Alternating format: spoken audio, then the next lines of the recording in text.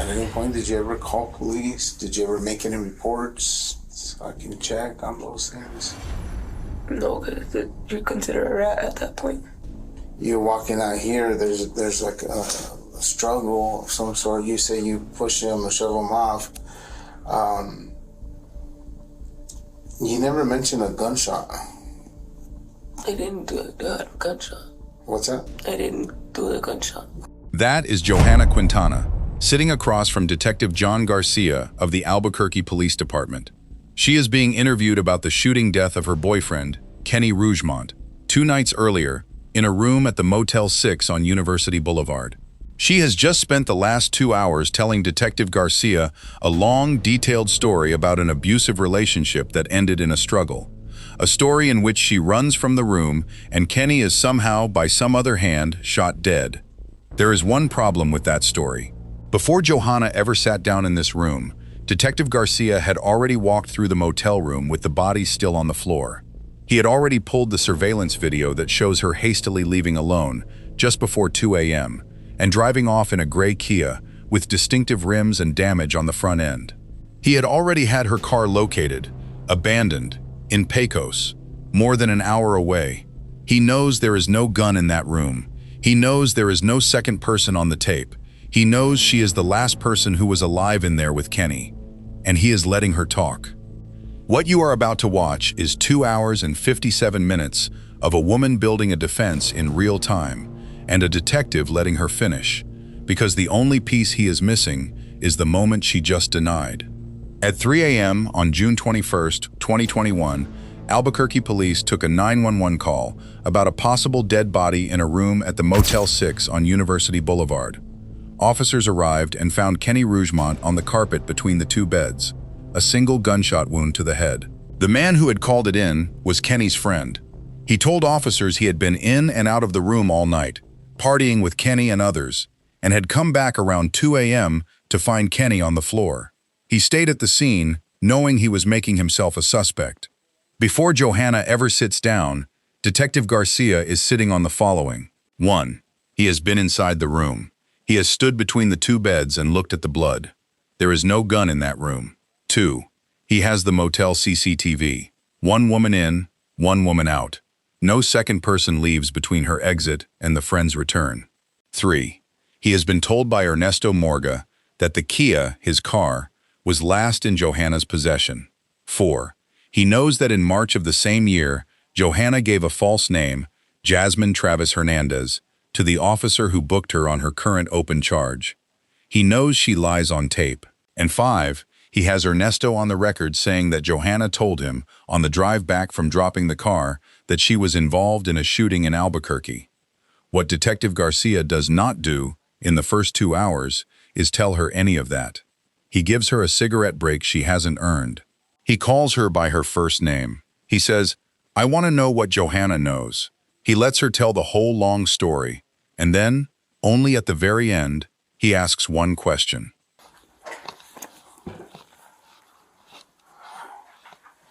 You okay? Want some tissue or anything? I could just use a cigarette. Okay, cigarette. I'm gonna have to wait on that because we're gonna check, see if we can find some for now. I'm gonna see if I can get an officer over here that has some, okay? I'm gonna sit down here. That's okay with you? Alright. So, Johanna, we have to record all of our dealings everywhere we go nowadays, okay? I take it off there because if I keep it down here, it's underneath, and we don't want that, okay? So I just want to let you know that what we talk about is being recorded, okay? I need to advise you of that, okay? How are you feeling right now? Not good. Just with the cigarette? And just the pain. Pain? What hurt you? Your head? Okay. Well, we're going to talk about that and kind of go over some more things, okay? Again, I want to introduce myself as Detective John Garcia with the Albuquerque Police Department. You're at the main police station in Albuquerque, okay? And today we kind of already turned the night. It's June 23rd and it's, 1:30 in the morning, okay? Notice what he just did. He told her the recording was audio only. If I keep it down, it's underneath, and we don't want that. He pointed at the visible recorder. He never mentioned the camera mounted to the wall behind her, the one filming both of their faces from above. Every twitch, every glance at the door, every time she rubs the right eye that she says Kenny punched, all of it is on a video she does not know is being made.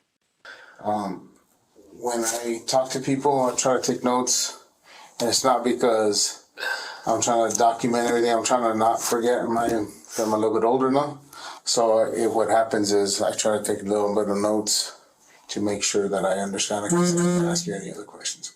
Okay? When we talk here in a little bit, I'm just asking for the truth. I'm just asking to see what happened. I really, we're at a point where I've done a lot of work the last couple of days, and I'm going to explain all that to you here in a little bit, okay?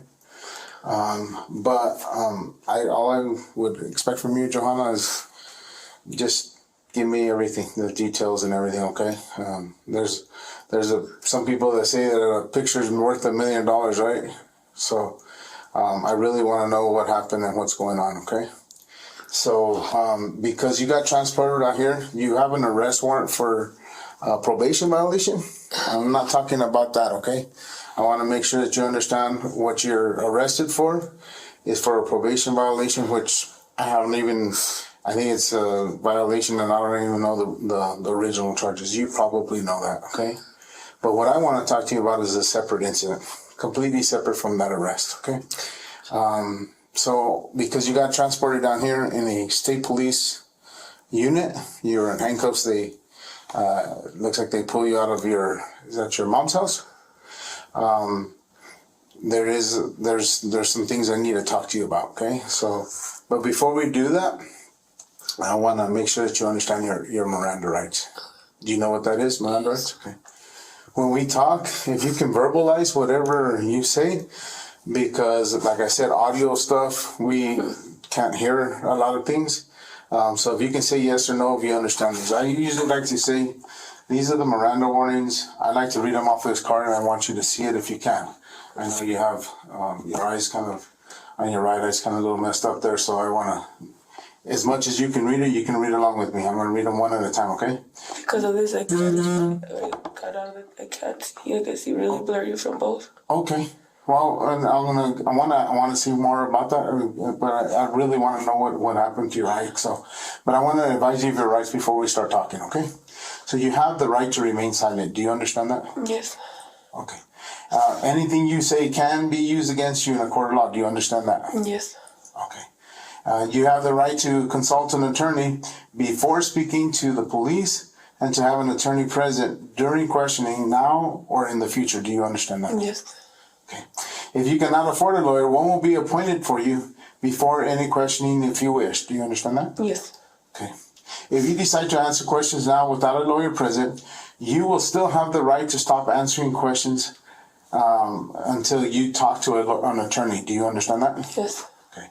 Knowing and understanding your rights that I have explained them to you, are you willing to answer my questions without an attorney present now? Rights that I have explained them to you, are you willing to answer my questions without an attorney present now? Yes.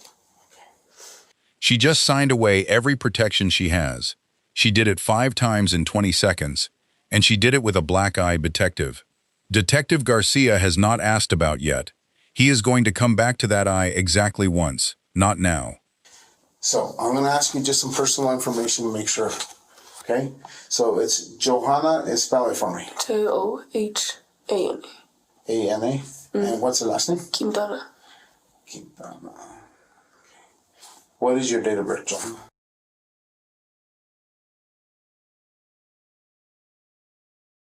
Okay. Do you know your social or no? No. No social? Do you have one or you just don't know it? I have one, but I just don't. Okay, that's fair. Do you know the address that they're at your mom's? Is that where you stay at most of the time, or? I have my own place. Okay, what's that address? Roy Ball's Trailer Park. Roy Ball's Trailer Park?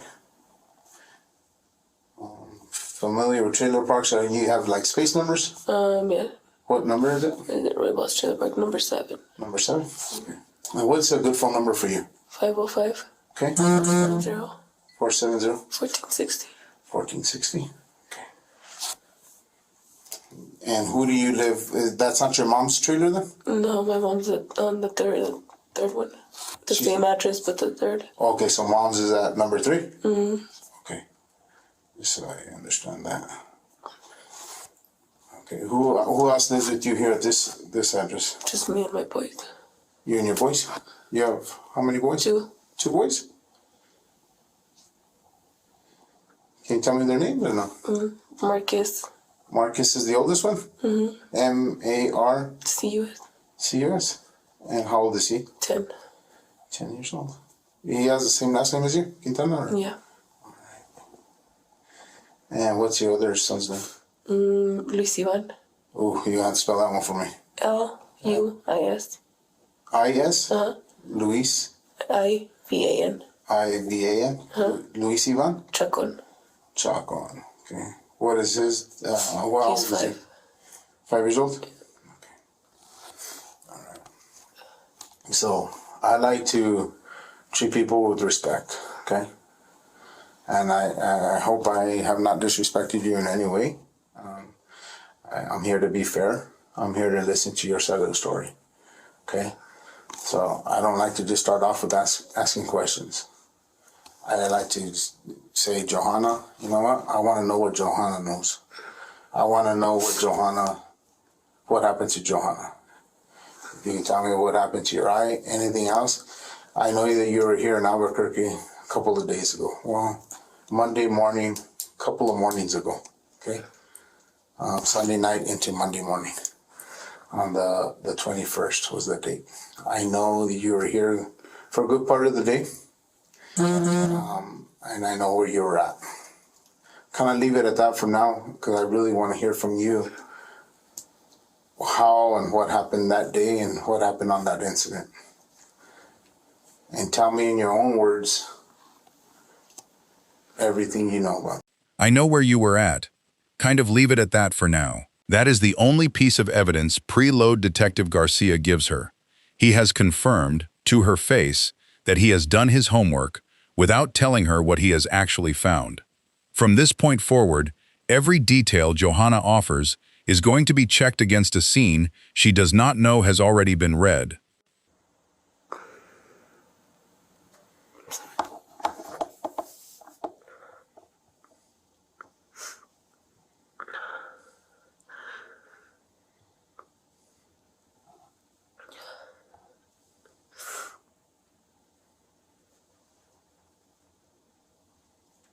I heard that before I came up here, I was already gone for like a week. Kenny, it's right now.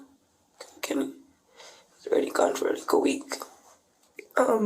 We have been going on for like 5-6 months. At the beginning, everything was like, I never thought he was so abusive and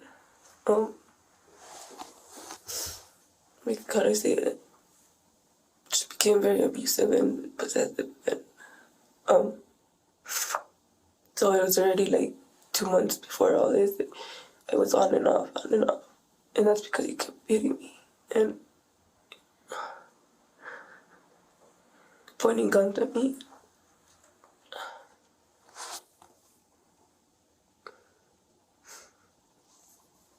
And even putting knives like to my stomach or my throat.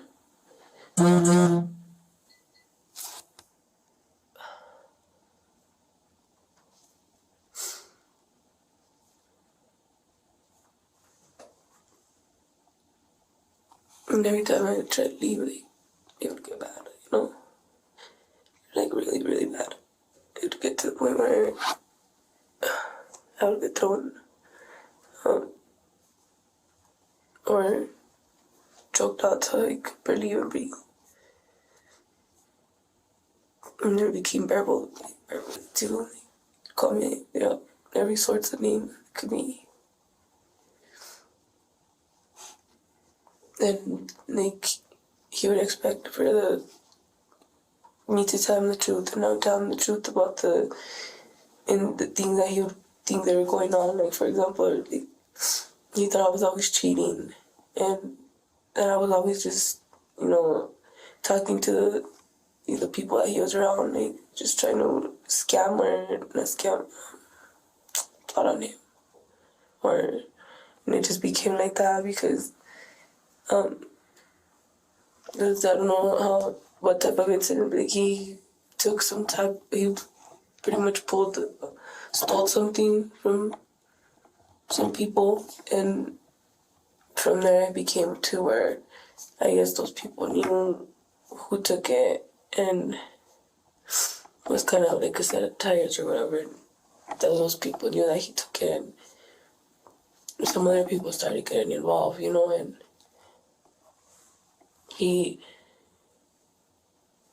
those people started getting involved, but he didn't know how to, I guess, treat people. He'd always kind of feel like they're treating him like he was a bitch, or like not respectfully, I could say. Like, he would always go to drastics and start saying like bad words, and instead of actually trying to fix the problem, making it a little better, like, they would always try to see like if they were always just putting him down, or and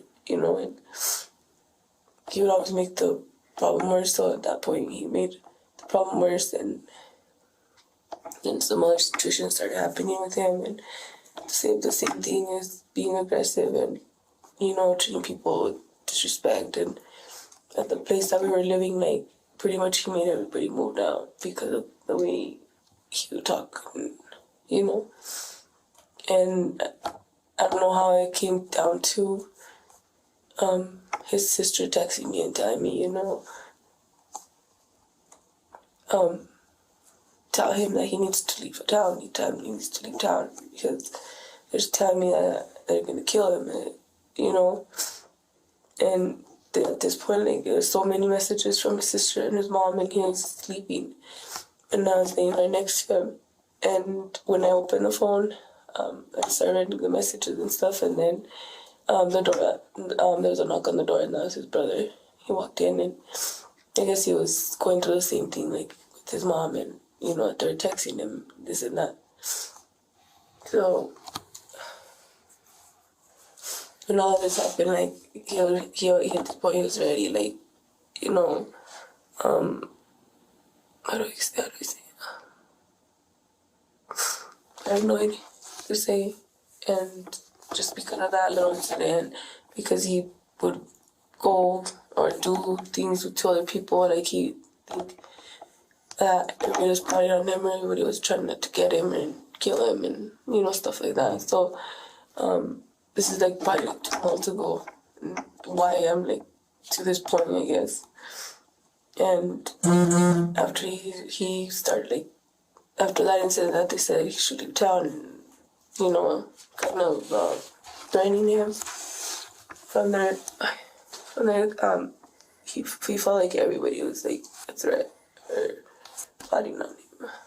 Sorry. It's okay. Take your time. If you need to take a drink of your Coke, that's fine. If you want some water, let me know. They're disposable. Did you go to the hospital at all to get checked? No, it started getting worse, so I kind of figured I should go. Because it wasn't red at all. Like, it started getting red over the thing.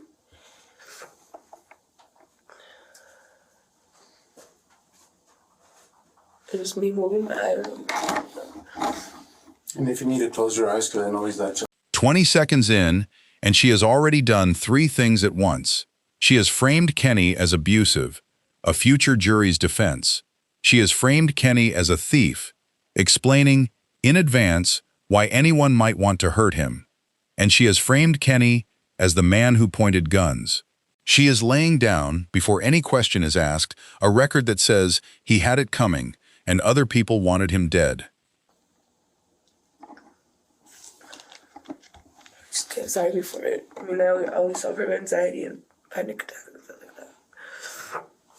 So I know you, yeah, and I want to know about the background history, because a lot of that, I don't know you, and I don't know Kenny. Okay, and I don't know your guys' relationship. Okay, obviously, the incident I'm investigating is the one at the hotel. That's right. It's coming. Like, all this, And you can tell me like who these people are, because I know there was other people there because I watched a lot of video already. So just tell me who those other people are too, because I don't know who's who. Well, most of the people are like, well, yes, he knew a lot of people, and I think I knew him. Then the people that he knew him, and I wasn't really always like really familiar with most of the people. They're like, I come from like Mexican, you know, well educated, respectful, like not out and about or doing drugs or just dealing with different people every little while, or you know, like, so like most of those people, like when after like all this, like he started getting like paranoid and stuff, and like I just lived like that for like almost, it's going almost on 2 months. And from that month, I left at least 3 times because of the same thing. I left 3 times, and every time, like, it was due because he would say that, like, he couldn't have any guy in a room or any of his friends in a room because he would say that I'd sleep with them, or I was being a tramp, or, you know, or a hoe, just putting me down. And it was never the case. He was always thinking, and that's when I started realizing that he wasn't like, okay mentally. Mm-hmm. And then I was right. Like he, one morning, before that morning, it had already been a whole week that I had to like wake up, and like since I would wake up till we go to sleep, like the same thing. He was already to the point where he was losing it, like where we would wake up in the morning and all he did was just walk around the house, like, you know. If I would be in the bathroom, like he would go like check like at least 3 times in the bathroom. There's like a room, like there's no windows, nothing. You would think I would be in there with someone or plotting on him or something. This went on like a whole week before all this. It went on the whole week, and like it wasn't even to the point where he would hit me every day. Every day he would point guns at me and tell me like if I was even thinking of leaving, he was gonna put me down. So I had to try my best and try to help. And he would tell me, like, he would apologize and tell me, like, I'm sorry, you know, like, I know I'm not right, and like all these people are trying to get me. And by the time, like, why are you going against me like that? Like, I haven't done nothing to you for you to even treat me like that. And at that point, I already felt like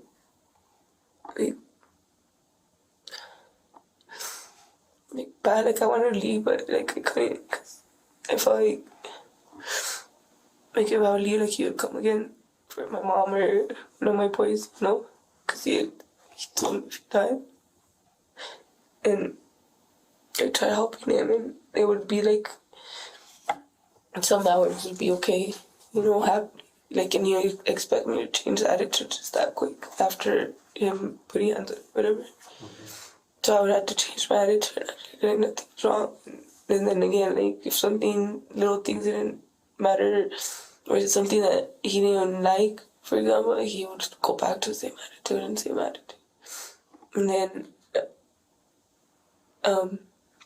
he would walk like we needed drugs.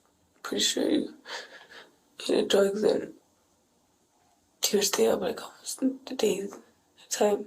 That's when he would start seeing things. One day he told me like, it was within that week that he would see an old man and a young guy, and that they're always talking to him. And I was talking to him, and always talking to him, and I looked at him like is it here in this house? I've always told me like to burn it down or just to kill. He's like, oh, it's not. And I just looked at him like, that's not right. Like, what are you talking about? Like, and that's the first time that he admitted that he needed help, and he told his mom this. He told him like, he called him crazy doctor. I need the crazy doctor. I can't do it no more. If you guys don't help me, I'm gonna end up hurting myself or hurting Johanna or hurting someone. Like, I can't take this. I walk around and I see shadows, and he actually really thought someone was out to get him. So that whole week passed, and at that point the house was already empty. Like, it was just us living there, and I remember he was doing good. He was on the Suboxone thing program or whatever, and all he would do is meth and weed and cigarettes. But every time he would shoot up meth, like, it would change him. Like, it would change him so bad. Like, I would even tell him, like, do you have to do that? Like, and every time, like, he did it, it would go back to the same thing. Like, like, the moment he did it, he did so much. He even accused, like, I would send him from one picture, he would get, like, a whole story of me doing something wrong. So at that point, he hadn't slept for, like, 3 days, I could say. And I remember I was making pancakes, and he was in the room, because then he would walk around just with the gun, like, always with the gun. He wouldn't go anywhere without a gun. Like, anywhere. And Two things are being established in the same breath. 1. Kenny was hallucinating, hearing voices, threatening to hurt himself. That is the suicide framing. 2. Kenny was a threat to her. That is the self-defense framing. She is not picking one yet. She is laying both on the table for the detective to pick from. like, anywhere. And I remember he sat down on the couch and he was kind of nodding out. And nodding out. And he ate, there's food. And at that point, like, he ate and he was calm. He was okay, calm. And I remember he fell asleep. And when he fell asleep, I tried waking him up, and he didn't wake up. So at that point, I made my move and I left. And it was easy because I didn't get to pull hair or, hit me, or so I just left. Like, I had to do that, to put, like, When was that you left? that was like probably a week from. A week ago? Probably, like, they would say 2 weeks from it. And I was like, yeah, like, I didn't get, like, I didn't get to hit, like, he didn't get to hit me, and, so I remember I left, and he didn't have a cell phone at the time. Like, I guess he lost his phone, and I left. Like, my friend went for me, and I left, and I was happy. I was like, oh my God, he didn't get to touch me. But every time I'd go home, my mom would I never told my mom nothing that was going on, because she's already, her age, and she just worries too much, and I don't want it for any of this to, like, affect her in any way. So I had left that. Like, I left for almost 2 weeks, I could say. And that's when my birthday was coming. I came back 2 days. I remember it was a Saturday going on a Sunday. I came back, and that whole week, we stayed texting, and it's all, like, I want to change, babe. Like, I love you, I want to be with you. Like, you've been my crush since high school. Like, you've been with my baby daddy. Like, he passed away from an overdose, well, but they knew each other. So I like you since then. Like, I don't want to lose you for something stupid. And then I tell him, let's get high, like, I'll get you help. Let's go to therapy. Like, I'll do it with you. Like, and he would assure, yeah, like, and I guess every time you fall for it, and it just ends up getting worse. So is it the case? Every time I would come back, I would just start getting worse and worse. And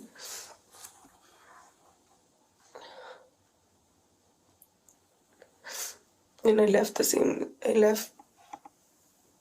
like, came for that Saturday, Sunday. That Monday afternoon, like, just because this guy told the girl started acting jealous because of her man or whatever. I wasn't even doing nothing, like, nothing. I was just sitting down coloring. And he just grabbed me by my throat and throws me in the room. And like, all I had to do was just sit there. And him like calling me every name in the book. And I couldn't answer, I couldn't tell him anything. Every time he tells me, tell me the truth, I'll tell him the truth. And he'll tell me, you're lying, stupid, but you're lying. And every time I'll tell him, no, I'm not lying, like I'm telling you. It just got bad, you know, like. So, I guess he carried like the gun and he wouldn't leave it anywhere. I remember that I was sitting on the bed and I remember the window was open. And he took it, I guess he doesn't remember, like if he's doing something, he doesn't remember from the minute, maybe 2 minutes from that, he doesn't remember doing it. Where did I leave this, where did I leave that? And I remember he took the gun into the bathroom, and I told him it's in the bathroom, like I didn't take it, and he's like, at that, he's all whipping me with the belt, like trying to tell me that I took it, when he took it into the bathroom. And I whipped me with the belt, like, you're not gonna take it, you stupid bitch, like I should put you down, I should do the world a favor.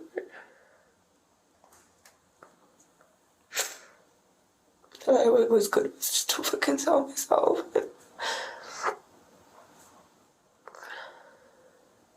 I would get scared when every time I try to come back to help him, because I was in that situation before when my baby daddy knew he needed help. And I did help him, he did help, but he just didn't want it in this case, like, just felt like I needed to try maybe, because he has never been a bad person or nothing. And he woke me with the belt, he went to go check in the bathroom. At that point, I just got myself when it ran out the window. And he caught me like almost halfway. Then Where was this at? Where we were staying. We were just renting a room from that place.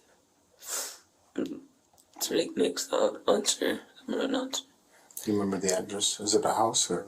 It's a house. What was the address you remember? 8016. What is it? 8016. 8016. Lindsay. LYNSI. SI? Lindsay Avenue. Is it southwest or northwest? Northwest. So, Johanna, it sounds like you've had a lot of history with just abuse and everything else, verbal and physical threats and everything like that. Is that right? At any point, did you ever call police? Did you ever make any reports so I can check on those things? No, because you're considered a rat at that point. And he would tell me that if I knew what they would do to rats. And even though, like, I went, yeah, he would abuse me. Stop on that line. Stupid bitch, do the world a favor. Johanna is putting those words in Kenny's mouth before the gun is mentioned, before the room is mentioned.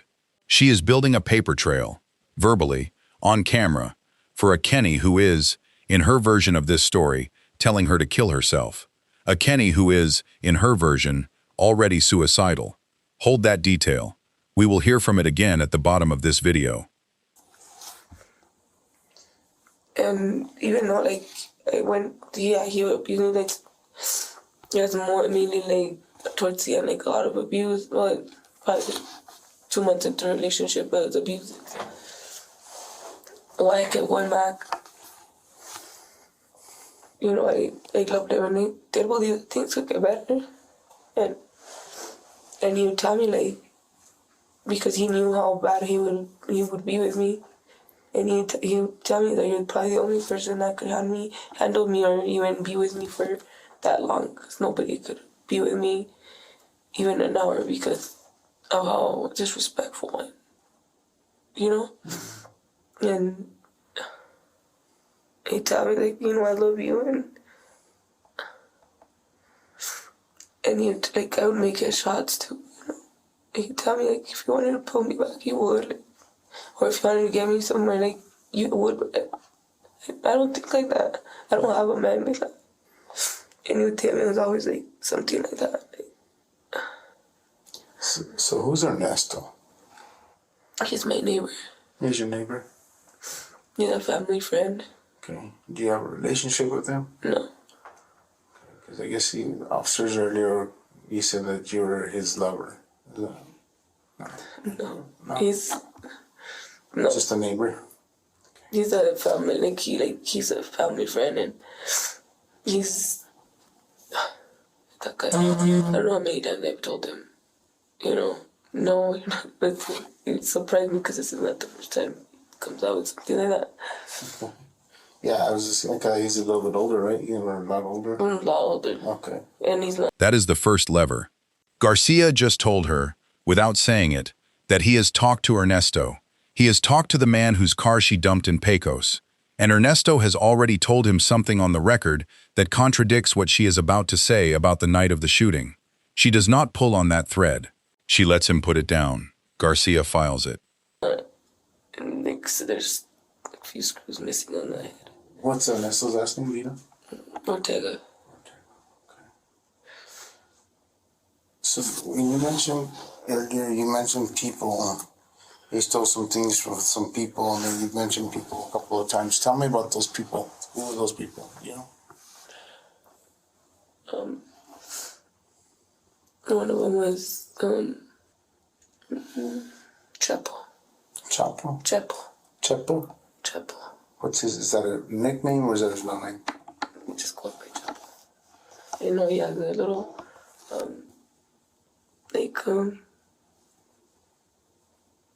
shop, I don't know if it's mechanic or body work or selling cars, but it's just somewhere on Broadway. You don't know exactly where or not? Think.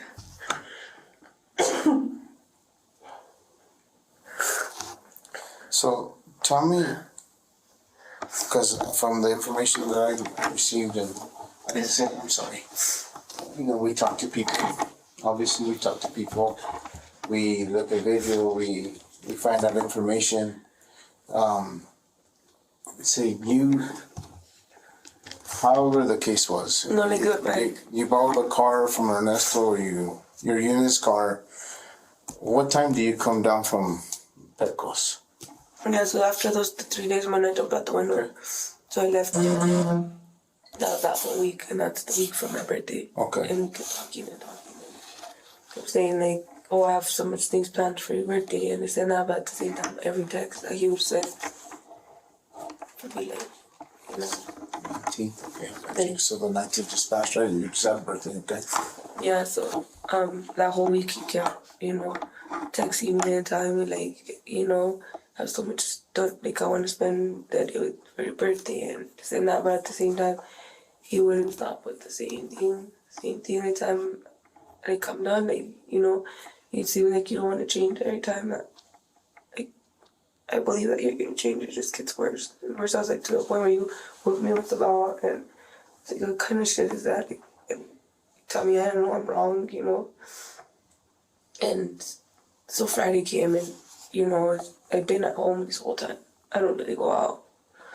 I have two boys that need me, and because of all this relationship, it came to a point where he wouldn't even let me go see them because he thought I was gonna go and hoe around or whatever. So I thought maybe I couldn't even go over there because of that. And so every time I would leave, I would just spend time so every day working at home and my mom. And that Friday came and he started taking me time and you should come down, I got plans for your birthday and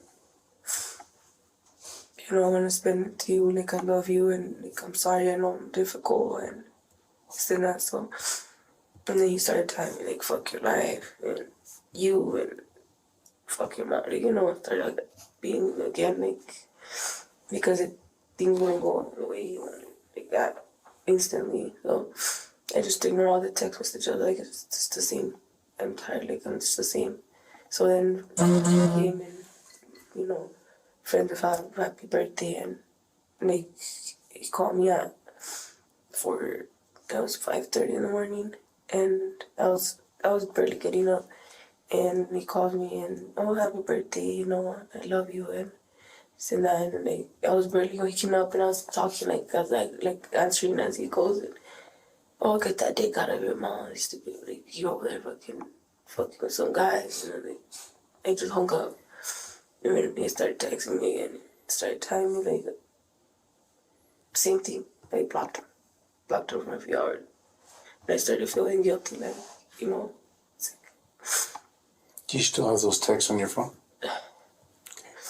And he tells me, oh, you're blocking me because obviously you have something better to do. And so I told him, like, the things are just gonna get worse. Like, they've been getting worse. And so we, like, on Saturday, Saturday, I decided to come. So I climbed Ernie's car and I decided to come, you know. And we went to the room that night. She just put it on the record herself. She took Ernesto's car, the same gray Kia that motel cameras saw leaving the lot the next morning. The same Kia found abandoned in Pecos. Garcia has confirmation now. He still does not tell her. But he already has some, like he said, there were homeless people there. That's been when I was the first time I ever got there. And there was like, when I went into the room, there was like almost 3 people on each bed, and then one sitting down. And then we just walked in. He introduced me, but like I said, just so many names, and like I never seen them before, you know.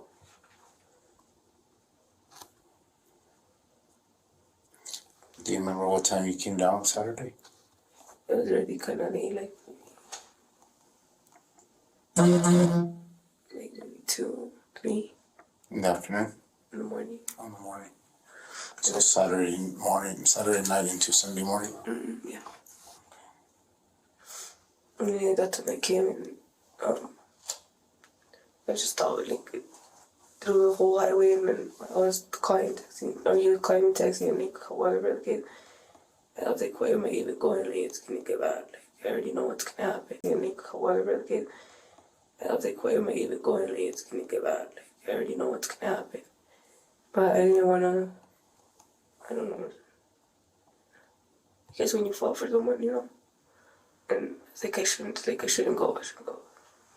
When they're going, and I just went to the room, and before that, he had shown me some pictures of how he wanted us to spend the day, and like my birthday and stuff. And so when I got there, like, he, just because from the time that he texted me and was planning it, or he wanted me actually, like, to just think myself and be like, I have to be by his side.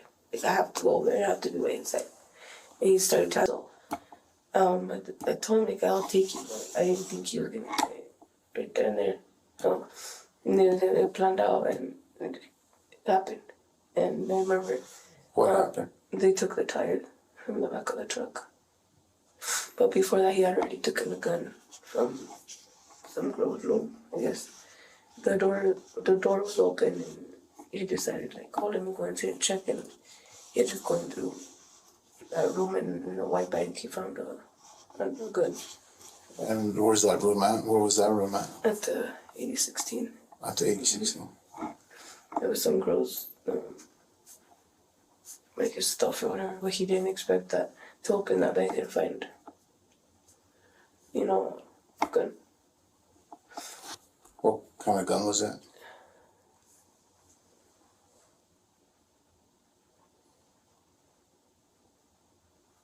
I have a weird name. I'm pretty sure it's like a 9-2. A what? A 9? No, I think it's 9mm? I think. What color was it? But they call it something else. And I remember this because when he got the gun that night, he was trying it out to exchange it for some drug. That gun, the one Kenny stole, the one Johanna just placed in his hand by the bathroom sink in this room, is the gun that ends up missing from the crime scene.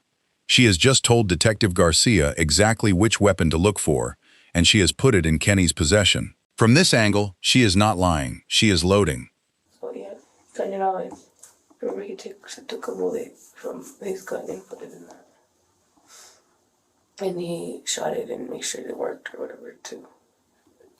Where did he shoot it at? Just right there by I don't know what you call that area, like 58 and 67th Street. Around that area.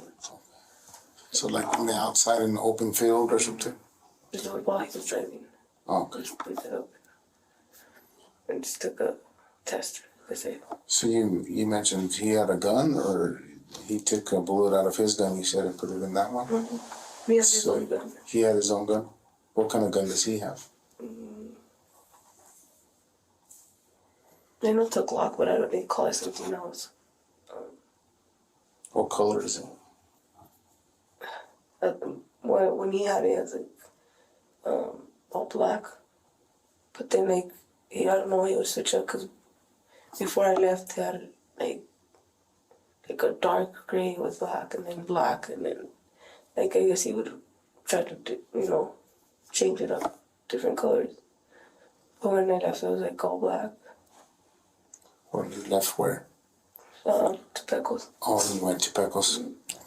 And this time when I came around, it was like dark gray. I guess I kept changing in between those colors. Who was the guy that he was going to do a lick with? Give me a description. Like, what does he look like? Well, at that night when he was talking to him, it was a completely different guy. But when he did the lick with the people, they would call him Munchies. Munchies? Well, how was he dressed? Or what did he look like, Munchies? Like dark skin.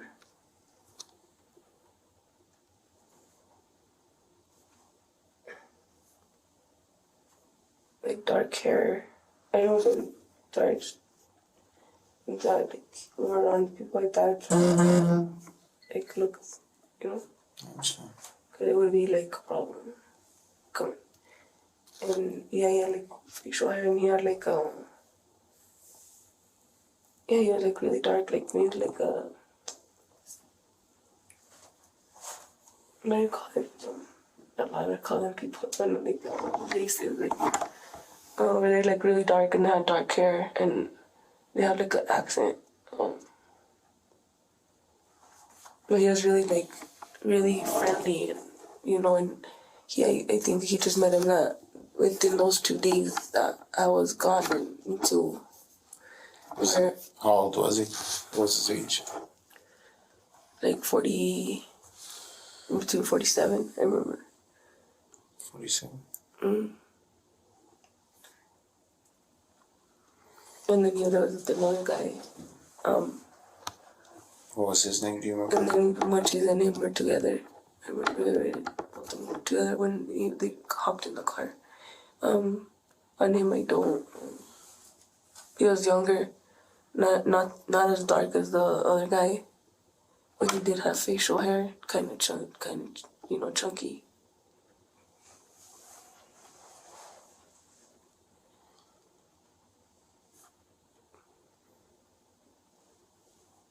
Did he have what kind of hair on his head, or did he have hair? The other guy, no. The first guy, Munchies? Yeah, he didn't have no hair. So no hair, and just barely any hair. I think he was really, really short hair, kind of bald, but not bald completely. And the other one did have hair not too long, not too short, but he had hair kind of it was a little longer maybe. Okay. Do you remember what color hair? Black, between dark brown and black. Okay. Do you remember what they were wearing, both of those guys? The younger guy was wearing shorts. And those are the people that stayed with us at the end. Shorts, I don't remember if they were jean shorts or black shorts between. Do you remember what kind of shirt? From what I heard, he had paid the guy. But at that point, the disrespect was so much that, and the lick that we did with the whole thing at the house before that same day was we would just go down like you could come down like if you go on Lindsay and then turn into where the house is, you just keep going straight and then there's a stop sign and then you just go right and you keep going all the way right. It's kind of like an empty house, but the truck that we're in, like really pretty truck, like a white Chevy, like really pretty truck, like tall with like rims and stuff, and they were just sitting in the back, and they were just tired. And at that point, he wanted to trade him for 100 blues or something like that. How many blues? 100.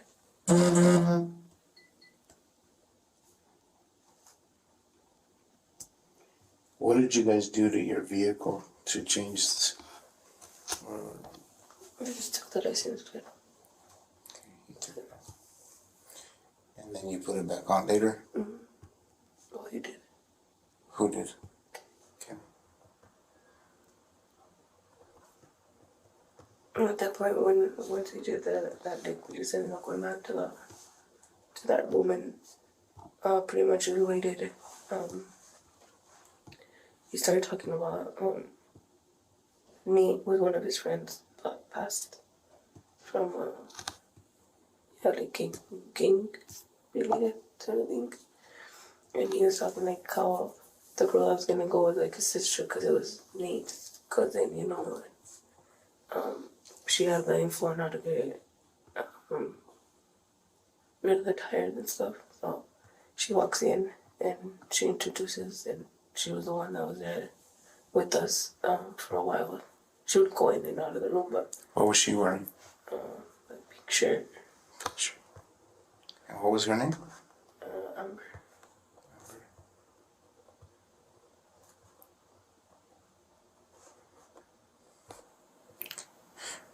Tell me about Nate again. He was, what, you said with the gangs or what? Nate, he was one of his friends, but he passed. She just confessed to a crime out loud and did not flinch. She took the license plate off Ernesto's Kia, then drove it to a stolen tire transaction, then put the plate back on, then drove it to Pecos and dumped it. Notice the language. I did. 1 syllable, 2 letters. The same person who will not put 4 words together when describing the gunshot will say, I did, without a pause, when it is just paperwork on a car. So did Kenny have a phone at that time? He did, but he had lost it that day. He was thinking he had lost it, and he pulled like the link on the truck, like where the truck was parked, and they took the tires. He thought he had dropped it there, and we went and checked, and he did it. So you guys went back to the place where you guys took the tires? Yeah. So you're never supposed to go back to a place. He did, like, we just went and checked because he didn't want to get caught. That was associated with that leak. So whose phone was Kenny using? He was... From my phone, he didn't make no call. Did he use your phone? No. Let me see. No, because it was, Amber had the number to that guy's, to sell the tires, he had that number. And I tried not to take my phone, like, out. This sounds stupid, but No, I I understand. tried not to take my phone out because even though it didn't look bad, it didn't look wrong, and you see how perfectly nothing wrong with certain things, you would see something wrong with those things, and it would become a problem. Or I tried to make everything that I could not to go that right, you know. So I tried not to take out the phone. But he was using numbers. Yeah, he made he would tell Amber to call, you know.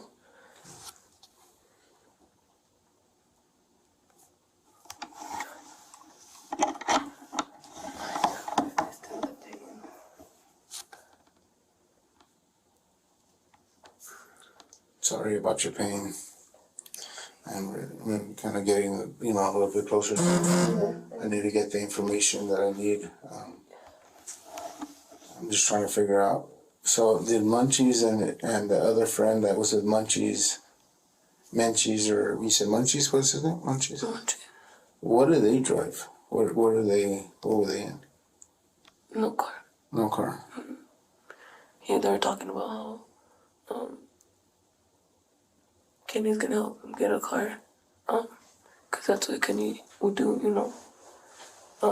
2 phones. The one Kenny lost, and the one Johanna has just confirmed Ernesto's phone was in her car. Stay on that detail. The 2 phones missing from the Motel 6 crime scene are about to become the 2 phones in her bag when she runs. At what point did Amber, you said that, just correct me if I'm wrong though, but I'm trying to understand and follow you along here. I know we jumped around a little bit, but you said that Kenny had given the gun that he stole from that house on Lindsay, that he had given that to Amber to try to get something for it. Yeah. Do you remember how that, or what, like when she took it, did she actually physically take the gun? Yeah. Yeah. She did take it out. What time was that at when she took the gun?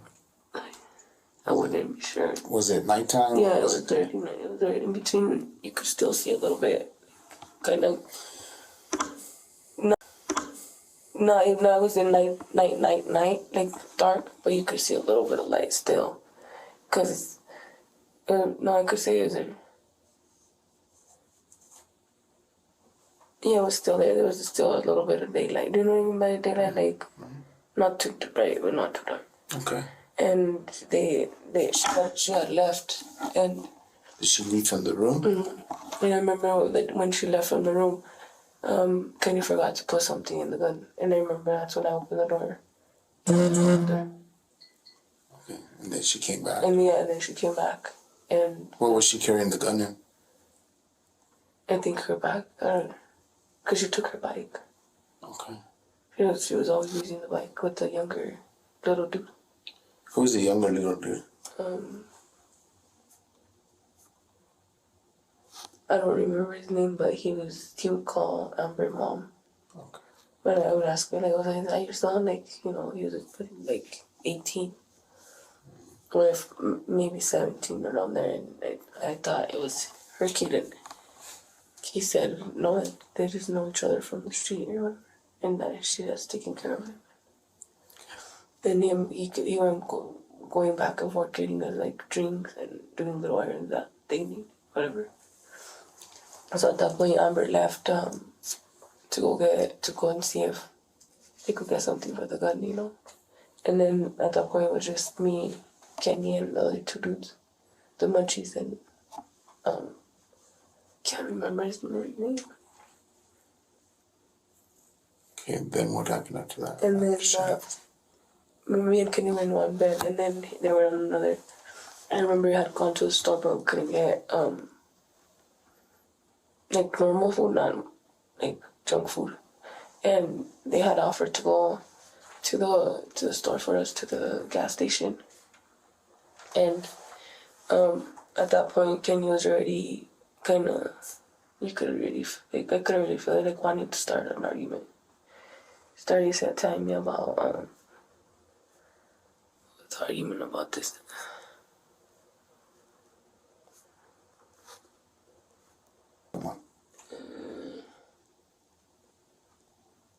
No, that was not even close by the house. It was probably a little down the road from there.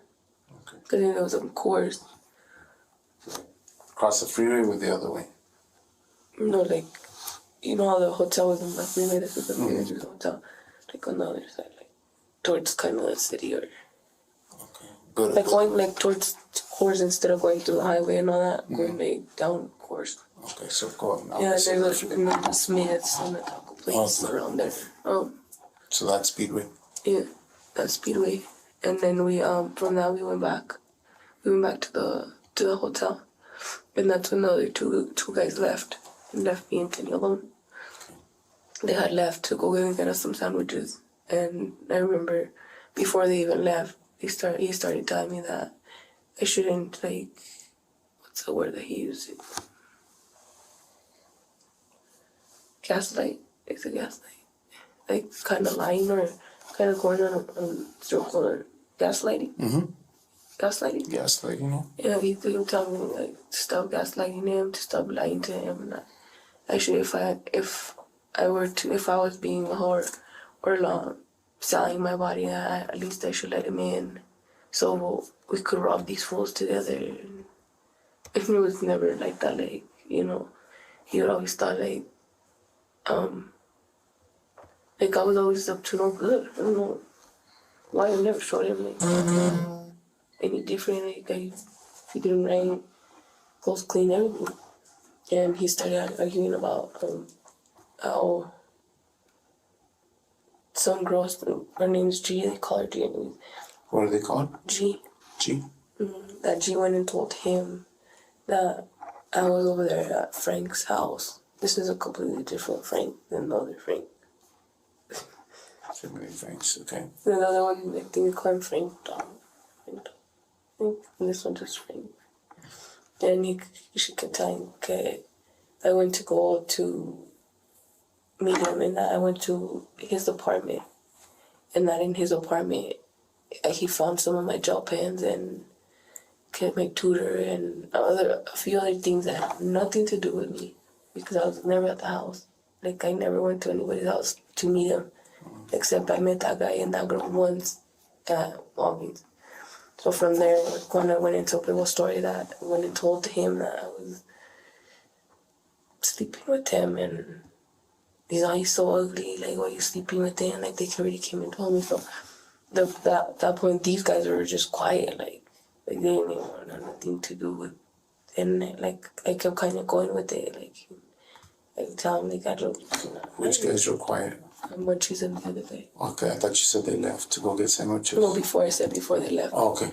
All right. Before they left, there was already starting like an argument before they left. So that's when they started like they were just quiet, and he was kind of at it, but in a calm way. Like he kind of was talking. Oh, I'm not getting mad, you know. And just calm me, and that's when she said, "Oh well, didn't you guys want us to go get sandwiches or some more munchies from the Speedway?" And that's when I gave her the EBT card that some black people went. You saw that a girl and a guy went in the room, and they were selling the food stamps, and that's whose card that was. And that's when they both left, and they left me and Kenny alone.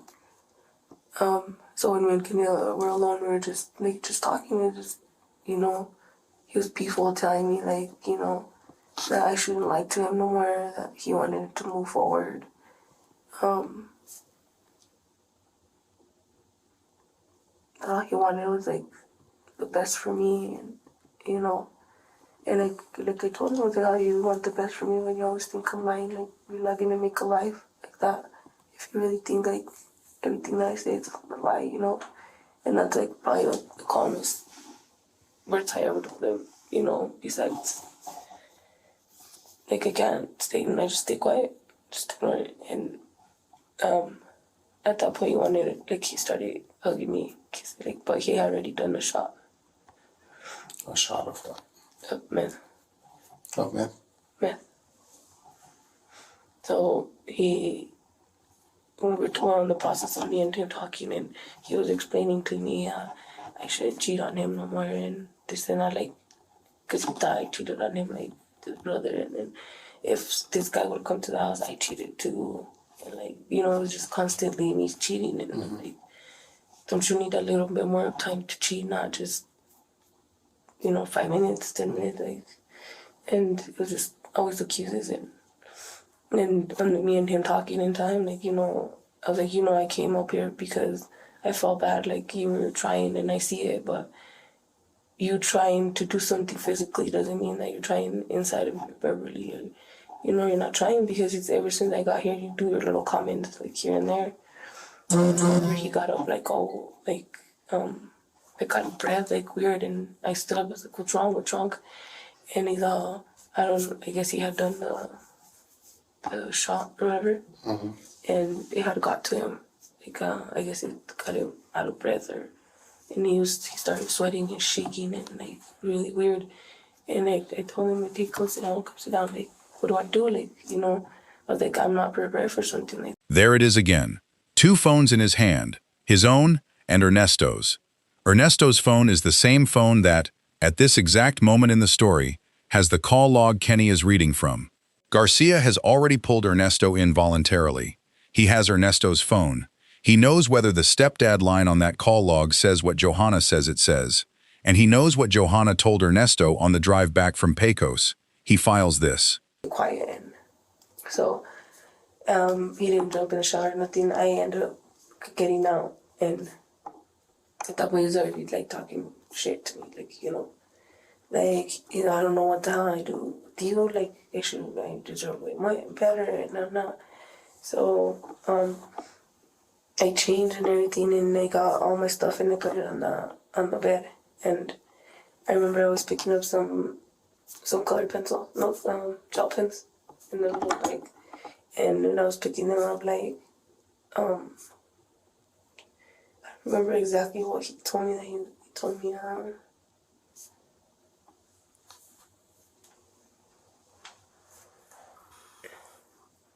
are you gonna talk to me? I don't know exactly. Remember exactly what he told me that, and then I told him, like, are you crazy? Are you gonna start again? And just with those words, he came around because he was standing I'm standing on this side of the bed, and he was standing on the other side.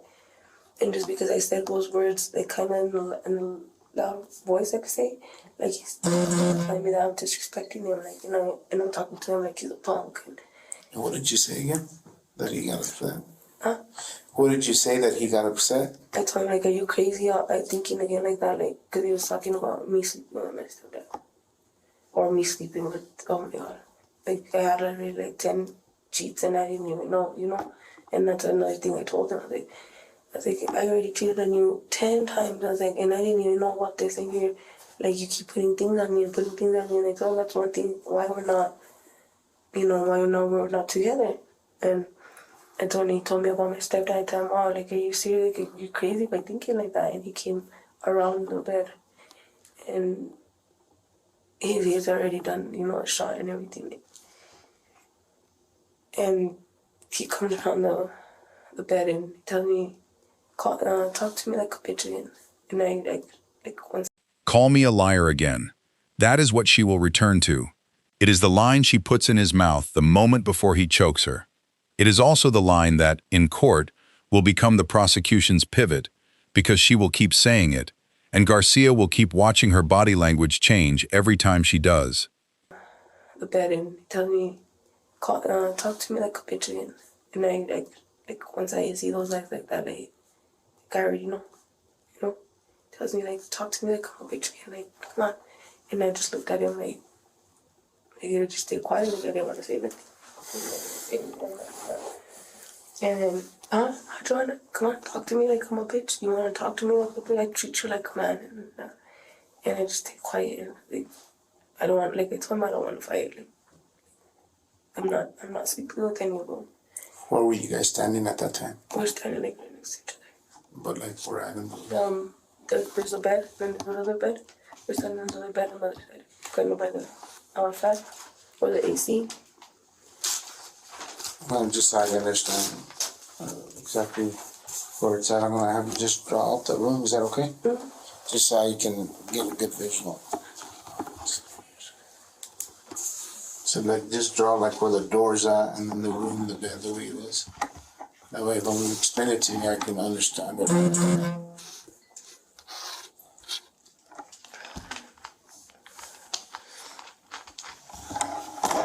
This is like the door, right? You can see the doors here. Kind of like right here's the window. Okay. Right here's like an AC. Okay. What I remember. See. And then like right here is the center of the door, and there's like a little table. Okay. And then the TV. And then there's like, I think another kind of table, like a long table like that. And then there's a chair. Like that. And then over here there's like a bed. And a little stand to the bed. And then over here the toilet. And there's a door over here, the toilet or whatever, and then there's a sink. And so when we were walking out, like, and I told him, like, are you serious? Like, you could think. Did you hear me? It's okay. Doing crazy by thinking like that, like he was standing over here, but checking my phone, like you wouldn't leave that phone, and I was over here putting all the, because there was a bunch. You guys are about this bed. Yeah, this one, and on the bed, like I don't know what happened, but they didn't have sheets, they didn't have nothing, they're all over the place, and the girl that like that Amber brought, there was a bunch of eggs like of munchies and stuff, and I remember putting like me cleaning that bed while we were arguing. And I put all this stuff like right here, but there was a bunch of stuff still. So when I told him like, "Are you crazy?" Like thinking like that, like he walked around like that. I walked around and like he stood like right in front of me, like right in front of me, and told me like, "Call me a liar again. Call me a liar again." And like he gets like, this look and like like I didn't want to say anything. I was like, "I'm not calling you a liar, but I'm telling you I didn't do it. Like I'm not doing that." And he's lied to me one more time. After I told him that I true, like I slept with him. I wasn't calling him to get to him or partying for my birthday because he thought I was partying that Friday. So that Friday I was partying, and then I came that Saturday to, to play around with him. I don't know what the hell, like, and I told him like me and my stepdad have always been disrespectful. Like that's like my dad. It's like just because you saw an image on something that you think. Like you put contrast and colors, and from a little mirror on the stand, from that little glass on the stand, I guess there's reflections to the couch or whatever. He started going colors, and big old story out of a picture with the stand, TV stand. And he started saying, I started Bill Horks. I slept with him, and because he found the number on Ernesto's phone, he thought I was using it to call him and get together. Whatever, but no, Ernesto and my stepdad know each other. And, he actually started helping my parents before he stopped. Started helping me because at that time I had my second baby daddy and he was living with me. And so I didn't really pay him. What happened over there afterwards? So after he started telling me I was a liar and all this still insists that I was sleeping with my stepdad. I just told him, no, I'm not sleeping with him. And from there, I remember he just got this, from me saying I'm not lying, from me telling him that I didn't sleep with my stepdad, he just throws me on the bed and, just grabs me, right here. And you could feel, I could feel, the way he was squeezing my throat. And then he throws me, and when he puts his hand, because he already had his hand on my throat and kind of pulled me back. At that point, he just put all his weight on me, and I remember me trying to kind of grab his hand and try to kind of put him on, and that's when I started kind of seeing black, to the point where I was already pretty much not. My hair was going off, and all I could remember was just that look on my face, and I was trying to get him off.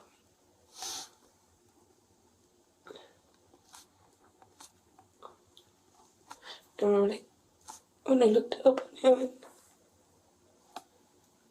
I didn't see Kenny. And then after he saw I couldn't breathe no more, and I was already he puts the pill on top of me. He puts his body on me. The pillow. Watch that detail. She will repeat it in the next clip. The pillow over her head while he squeezes her throat. That is the picture she wants Garcia to hold. A man who tried to suffocate her, twice, in this room. A man who, in the next 10 minutes of her story, is going to give her exactly enough reason to pick up a gun.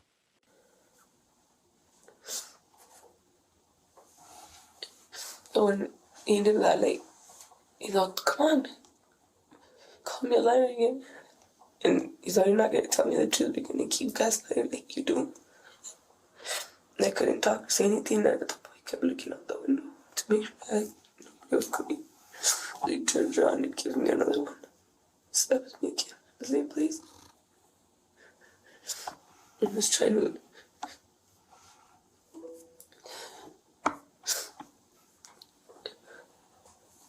And he gets me up and starts telling me, "Come on, Johanna, thought you wanted to treat me like a little bitch. And I didn't say anything. And he pulls me back to he tries to pull me back to, like, that other bed. And then, like, he takes, like, a walk, like he just goes, like, pace back, like, 2 or 3 steps back. And then he comes back again and, like, see, this is what you do to me. Like, why do you keep lying to me? Like, you know? Why do you keep lying to me? Like, why do you keep calling all these fools? Why do you want them? He's all, don't you understand? Like, all I want you is for me. And I tell him, like, I don't have any of them. Like, I don't have any of them. Sorry. And at that point, he tries to hug me. And I'm just sitting on the bed, like, on the same bed like that, because all that happened on this bed. And he tries, like, to kind of say sorry and stuff, you know. And at the time, I'm just grabbing, like, my throat, and it hurt so bad, because when he grabbed it, he's squeezing something inside, like, I felt it bad.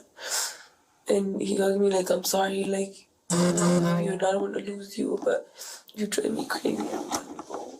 And every time you go out partying. And I looked at him, and I didn't know what to say, like, because at this point, like, I answer, I get hit, I don't answer, I still get hit. You know it. So he's... Stop the tape right here. This is the version of the story she ends part 1 with. She rushed him, she grabbed her bag, she walked out fast. He was alive on the floor. He was struggling to get up. There was, in this version, no gunshot. There was no gun in her hand walking out the door. She left him breathing. Detective Garcia has been listening for nearly 2 hours at this point. He has not corrected her. He has not shown her the photos. He has not played her the surveillance. He has only filed. And now he says he has to use the restroom. I want to ask you some questions, but before I ask you a bunch of questions, I want to give you a little break, okay? I bet you drink some Coke. I'm gonna leave this diagram in here, just right here to the side, okay? And don't touch it, because I'm gonna have you. I want to make sure I understand it, right? So when I come back in, we're gonna talk a little bit more, and I'm probably gonna ask you some more questions, okay? I just need to know. I mean, this is a pretty fast evolving, kind of fast. I mean, it's slow, kind of moving up to. There's a lot of history, but then there's like a lot of things that happen there. And I want to make sure I understand them right, okay? Because I want to get your side of the story, and thank you for telling me thus far everything that you've told me, because I believe I need to know the whole truth, okay? Because I need your side, okay? So, are you doing okay with the Coke? I know you want a cigarette. I'm going to try to find you one when we're all done here, but give me just a couple minutes. I got to use the restroom because I'm a little bit older, so forgive me for that. But and then I'm gonna come back in and ask you some questions, okay? You think I could use the bathroom? Yeah, I think so. Let me see if I can figure out. I don't think we have any lady officers, but maybe we can walk you in there and let you go in by yourself, okay? So hang tight for a little bit. Let me take from this. And I'll be right back, and we'll see if we can both take a little break, bathroom break, right?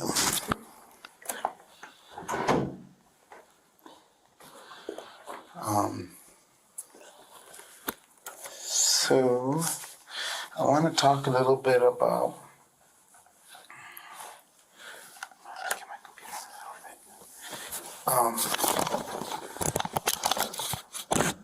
What is the incident there at the room? I know we left off with. I'm gonna summarize a little bit after you guys came back. This is a sketch you had. I'm gonna pull out the pen in case you need to do something, because I want you to tell me where you were at again. From my understanding, after you guys came back from the room, the other two guys leave, correct? Mm-hmm. And you guys go out. You said you guys go out to your car to get a bag. You come back in. You're taking a shower. He doesn't want to get a shower. Well, before the bag, we had already went from the walk. We go straight to the car. Okay. To get the bag. Okay. And then, I ended up getting the bag because I told her, like, I wasn't gonna happen, you know, because of. So you didn't get a bag? No, so I just went and got the pack of cigarettes, and we just went back to the room. Okay. And he had the whole the cell phone, the whole time. What were you carrying at the time when you went back in? My little black bag. Black bag? Is it a black bag, like a backpack, or like a No, black like bag, a like little, a purse? Or... Yeah, like a purse. It's like a little carrier, like. Okay. What do you carry in that? My contacts, my cell phone, cigarettes, like you name it, just little things like that. Okay. So you go to the shower, you say, and then We both go into the bathroom. but you get in the shower and he does not get in the shower. No, he stays out in the toilet. Does he get undressed? No. Okay. And you say he's looking at the phone the whole time? Without showering. No, without showering, okay. And then you said that you guys come back out here and you say that you guys have... do me a favor, because I have two X's here now. I'm already confused. Which one is you? What side are you on? What side of the bed? Remember when I first started telling you, like, when he started arguing and when he told me to call him a liar again or call him a bitch again? Yes. I told you that he was standing on this side. Okay, so this is him. Yeah. Put for a K. Put a K there for Kenny, just so I know. And then you're on this side, so put a J. So we know where you're at. That pen writing okay? Yeah, just make me vision. And that's when he was in there, when we started arguing, and he kind of told me to call him a liar or a bitch, and that's when he went across like that. Okay. And then that's when he got like on my face and started telling me like to call him a bitch again or a liar. And then you said that he throws you on the bed. One of the times, he gets mad because after he would ask me like 3 times, right? Okay. He would ask me 3 times to tell him the truth. And like I told him I can't say something I didn't do. Like, how do you want me to admit to something I didn't do? You know, just to make you happier because you want to hear it? No. And every time I tried telling him like the truth, he didn't believe it, so he thought it was a lie. So that's where we got out, where he told me, like, got on my face and said to call me Larry, and that's when I started telling him like I didn't sleep with him, and that's when he threw me and like right away with putting hands in my neck. You said he put his hands around your neck and started to squeeze your throat. Mm-hmm.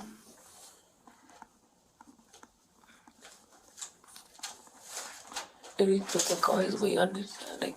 And then what? I'm sorry. He put all his weight and he was trying to choke me. Okay. Can you do me a favor? Just kind of go like this so I can see your throat a little bit. Pull down your shirt just a little bit so I can see your throat. Okay. Whereabouts was he grabbing you? Just right there. Okay. On the sides. Okay. Okay. And then you say he put his body weight on you, and you started to see black. Like blacking out. Blacking out. Okay. So did you lose consciousness or no? Not completely. Okay. Not conscious. But somewhere when you start reading and like the tingling and stuff. Okay. And then you were trying to get him off. How were you trying to get him off? When he was like on top of me, like I had like his hand right here because he was like squeezing it so hard. Like I was trying to like to get him off, and then with his hand I was trying to kind of push him off. Okay. So trying to push him off. when you guys were on, when you said throw you on the bed, which bed were you on when? He steps out. He comes back with a piece of paper. He has her draw the room. She drew the room. She drew the 2 beds, the bathroom door, the sink where the gun was sitting.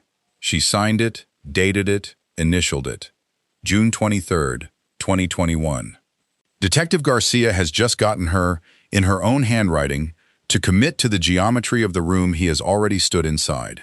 From this point forward, every claim she makes about where she was, where he was, where the gun was, has to match the paper she just signed. I don't push him out. When you guys were on, when you said throw you on the bed, which bed were you on when he threw you on the bed? This one?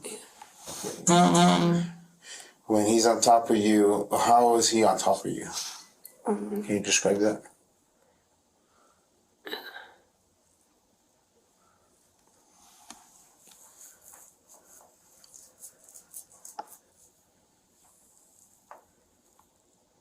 Do you remember? Yeah, I'm just trying to put myself on this position. Okay.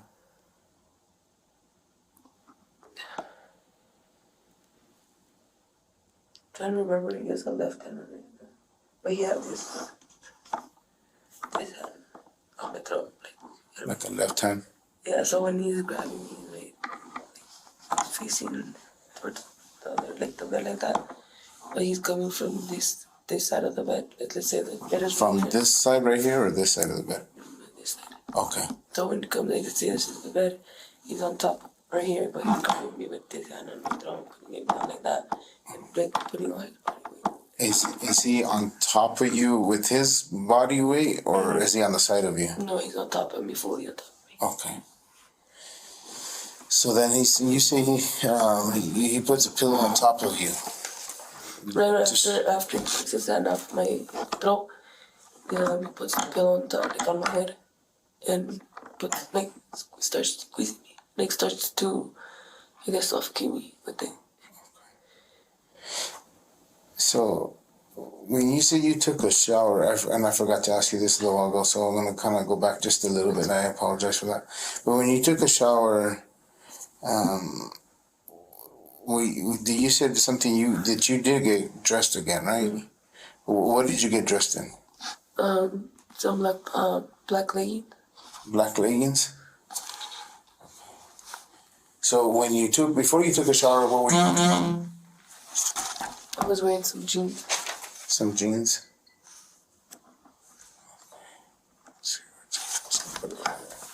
So you're wearing jeans before, and then what kind of top or something? Yeah, like a whitish, tannish kind of shirt. So then that's before the shower, right? Mm-hmm. And then after the shower, you changed into. I kind of put the same thing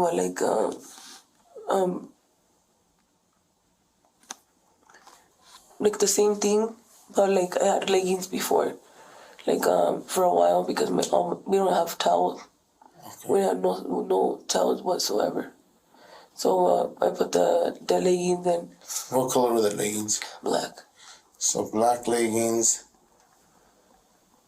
And you didn't. I left some of my clothes there. You left some of your clothes there. Mm-hmm. Okay. What kind of top are you wearing after the shower? The same one. Okay. So like the tan shirt, white or tan shirt. Yeah, khaki color. Okay. So then, I apologize for that. You're laying, trying to catch your breath. So when you're laying there, describe laying there trying to catch your breath. I'm just laying on my back completely. Okay. And I was just kind of grabbing my throat. Where was he at when you were trying to catch your breath? He kind of, if he's on this side, mm-hmm. And we're kind of like that, sideways. Okay. You know what I mean? Okay. I was right here. Okay. And I was just literally just. You can draw little stick figure, little with your arms out or whatever. If you remember you were on or not, I don't know. No, I was just grabbing kind of my throat and my mouth kind of. With your head's in this corner and your feet are kind of across the bed, okay. Just you know.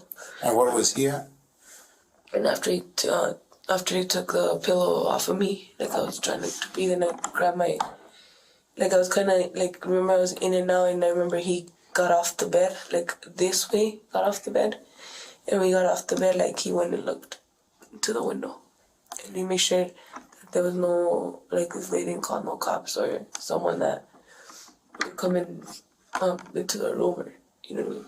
Okay. He right away called me, and then right when he opened the thing to see if someone was coming, he right closed it and looked at me. Oh, get up, stop lying. What did he open? The blind. The blind? Yeah, like not to, like, you know, just to take a Okay. bit to look and see if nobody was coming. And then he right away turned back and told me, like, stop lying, I didn't even do nothing to you. And then, like, he kept telling me, like, well, that's what you get, you stupid whore. And I remember he was like, when I was gonna get up, he just, like, went all, like, with his arm all the way back and just hit me, like I That's when he slaps you really hard on the left side underneath your chin. Yeah, because I was sitting there, like, kind of like in the bed like that, like if I was doing like that. And I got up and yeah, like right here. And then he did that, and then like probably like within a minute, that the other one. Okay, so he waits about a minute, and then he does it again on the same strange spot. Can you show me again right there? Where? It's just like swollen, it's all right here. Okay. And then he says you wanted to treat me like a bitch. He steps back. Oh, he steps back. He said he steps After the slap? Yeah. After the 2 slaps? Yeah. Yeah, he steps back because he's I mean, from the slap and all that, of course, I'm gonna be like, you know, like, kind of do like, not even fully yell, but it's like a little, like, kind of loud, like, you know, and like, right, like, he felt like I was making some type of noise or whatever, that he felt like he needed to go and look back. Like, he was paranoid because, first of all, where he was at, you know, he's a felon. That's what he was worried about. And then he has your own guns, drugs, all that. So to him, like, he doesn't want to go back or anything. He's always watching his surroundings, and that's what it was like. And he knew that me and him were fighting, and we're in a hotel room. Like, of course, they're gonna call the cops or feel some type of way if they see us fighting. Sure. And then you said he tries to hug you. He just pulled her shirt down. He looked at her throat. There were no marks.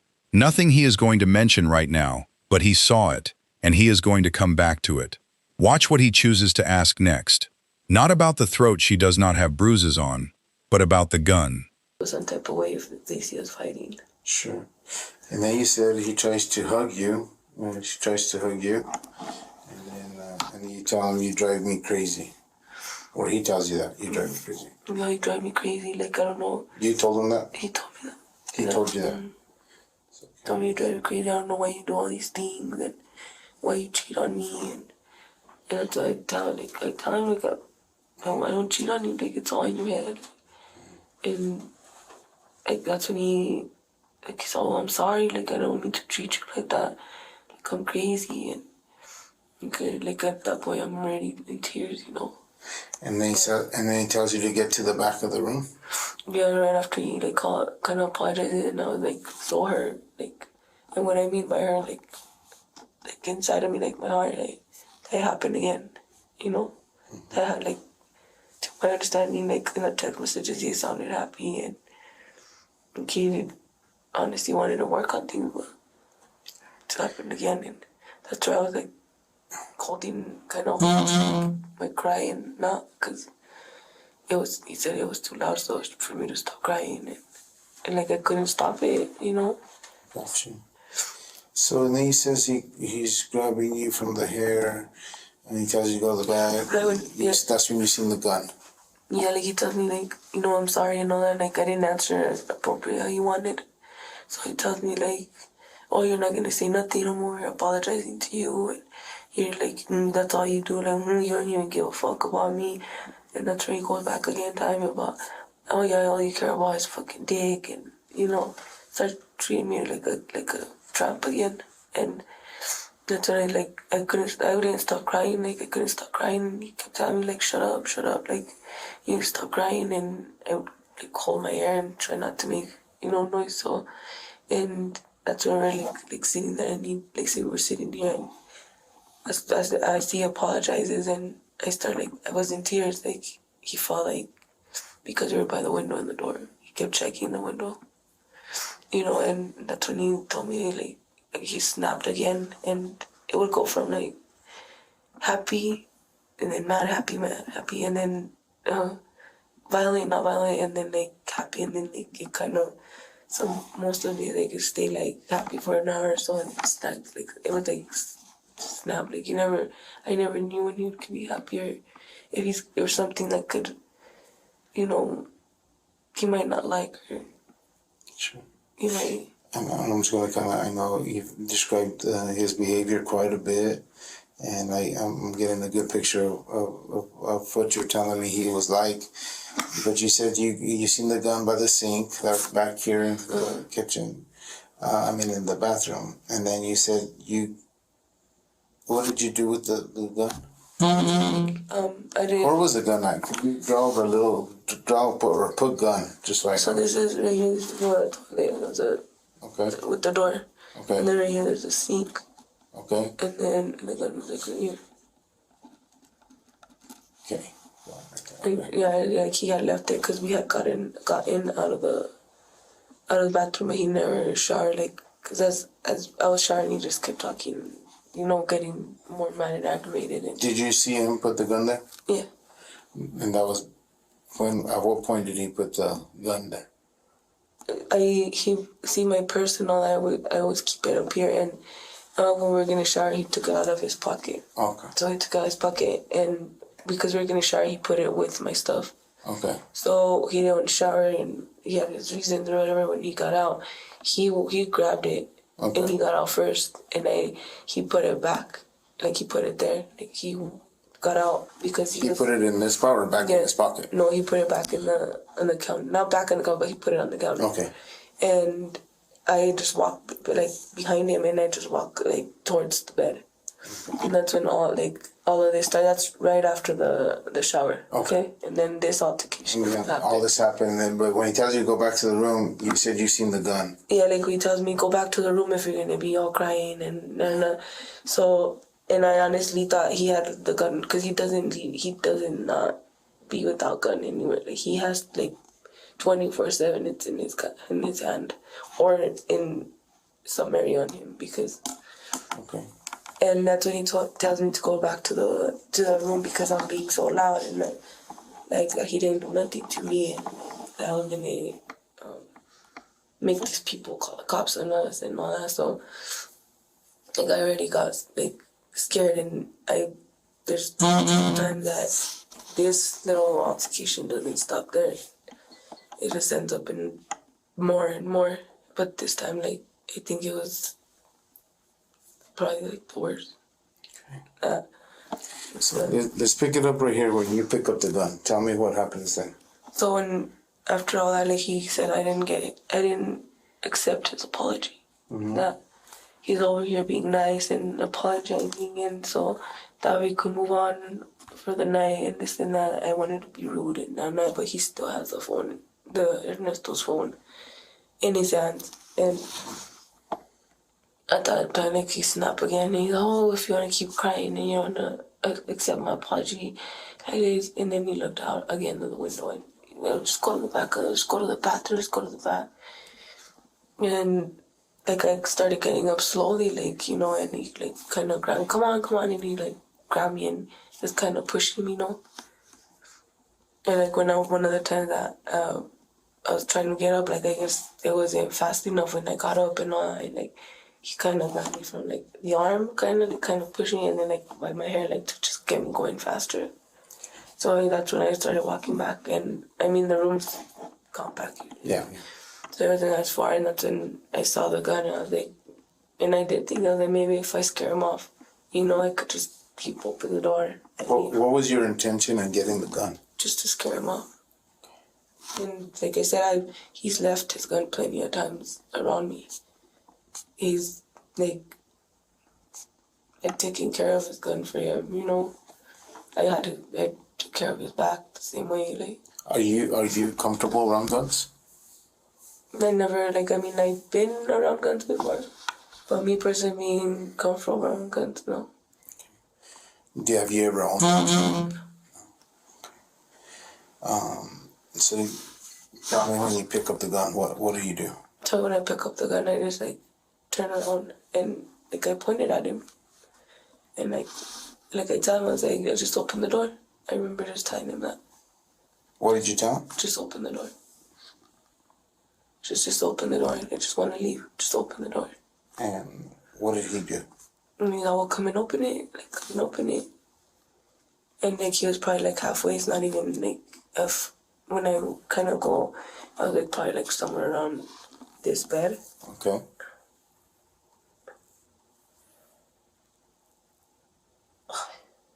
Okay. I just itches and I can't.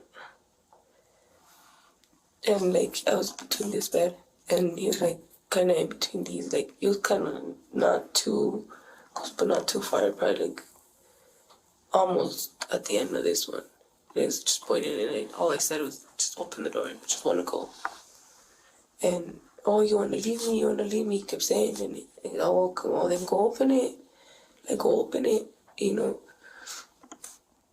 But he didn't have it clocked back, or like he says one on top. That's what he knows that he has one on top, something like back, and he didn't have it like that. So he like when I pointed at him and I told him, "Let me out, like I just want to go," and he kept telling me like, "Well, come and open it yourself, come and open it yourself."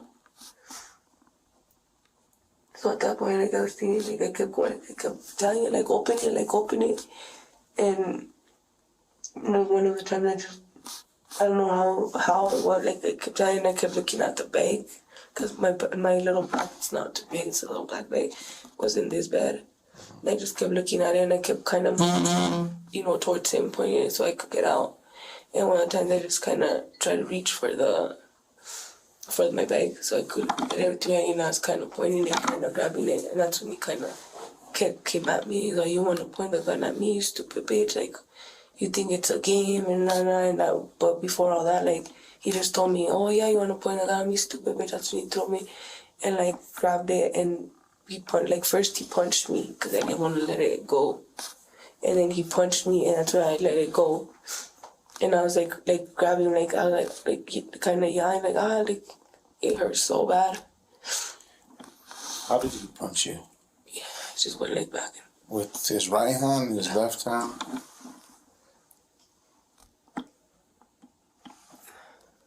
With the same hand, he grabbed me with my neck, the right. She has now admitted, on tape, she picked up his gun, she turned around with it, she pointed it at him. She has put the loaded gun in her own hand in this room. The only adjustment she is still defending is the trigger. Watch the next 90 seconds. This is the only place in the entire interrogation where she fights. The same hand, he grabbed me with my neck, the right. Yeah. Yeah, what's up?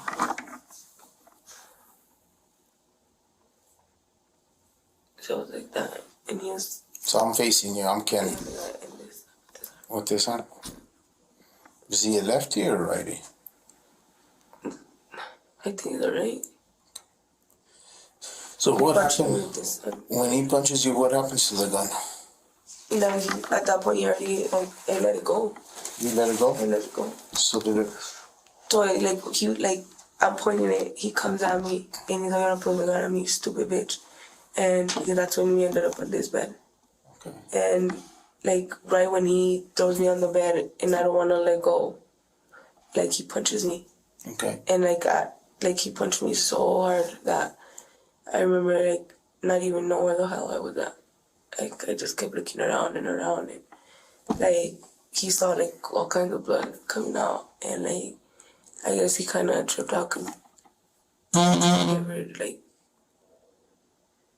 taking that much blood out of me, I could say. I mean, there were slaps and bruises and black eyes. So you're bleeding from your nose? All in. Okay. And in my mouth. And so it was like a bunch of, so at that point. How bad were you bleeding? Not, oh my God, but yeah, but. Okay. And then what happens? And like at that point, like I just like, he punched me and then he just looking down, and then that's when like knock, like if like, you know, like you knock, but it couldn't come from the top. Okay. And right there, like when he was all looking up, that's when I like pushed him off, and I kind of like just got up, grabbing my head, and then I just grabbed my bag, I remember, and he was like on the floor, just struggling to get up, cause I did fucking but I did kind of like push him off, cause he was kind of pushed him off me, And at that, he fell to the floor. I just grabbed it, and I remember even tripping with the wall and the door, where I didn't even know where the door was, and I just kind of, not ran, but I kind of went in a fast pace. Okay. And at that point, I don't know, I just took off. Where did you go from there? I went for a little ride. Where I didn't know, I honestly, I didn't know where to go. Did you pick anybody up? No. You remember where you went for a little ride? Did you go to the store? Did you? No. I'm not very familiar with the streets, you know. But I know it was like, I was coming down like,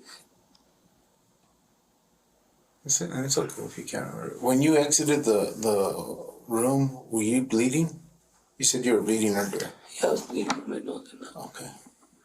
That's the only place I was actually bleeding was there, because he did hit me pretty hard, so that's the only way I was bleeding from here, and just was grabbing, and I remember going like that, but like, and I don't even know how I got in the car and drove, because I couldn't even remember like where I was going, nothing, like I didn't remember that in my face, and I kept calling.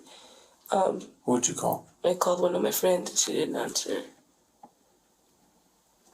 Who else did you call? Anybody else? No, I called one of my guy friends, and he didn't answer either.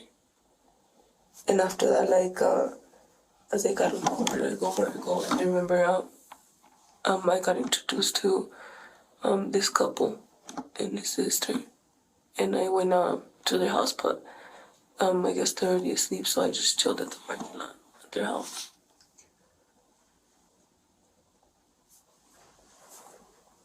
What did you remove from the room before you left? When I moved, I just grabbed my bag, and my bag was open, and I remember, what was missing? A card, like a EBT card. That was in mine. Well, the EBT card, you gave it to those other guys to go buy you sandwiches, right? Yeah, but I can't remember if they gave it back. I'm pretty sure they did, because when they came back and said that it was closed, can you on this end?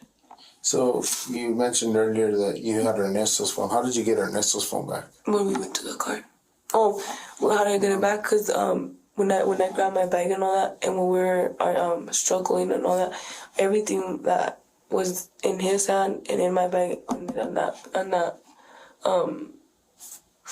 bench. So when I was pointing at him, I was trying to gather the things, because before he even hit me, and I was pointing the gun for me to get out, I was trying to put everything before he even hit me or anything, he had taken my bag out like away, because the keys were in there.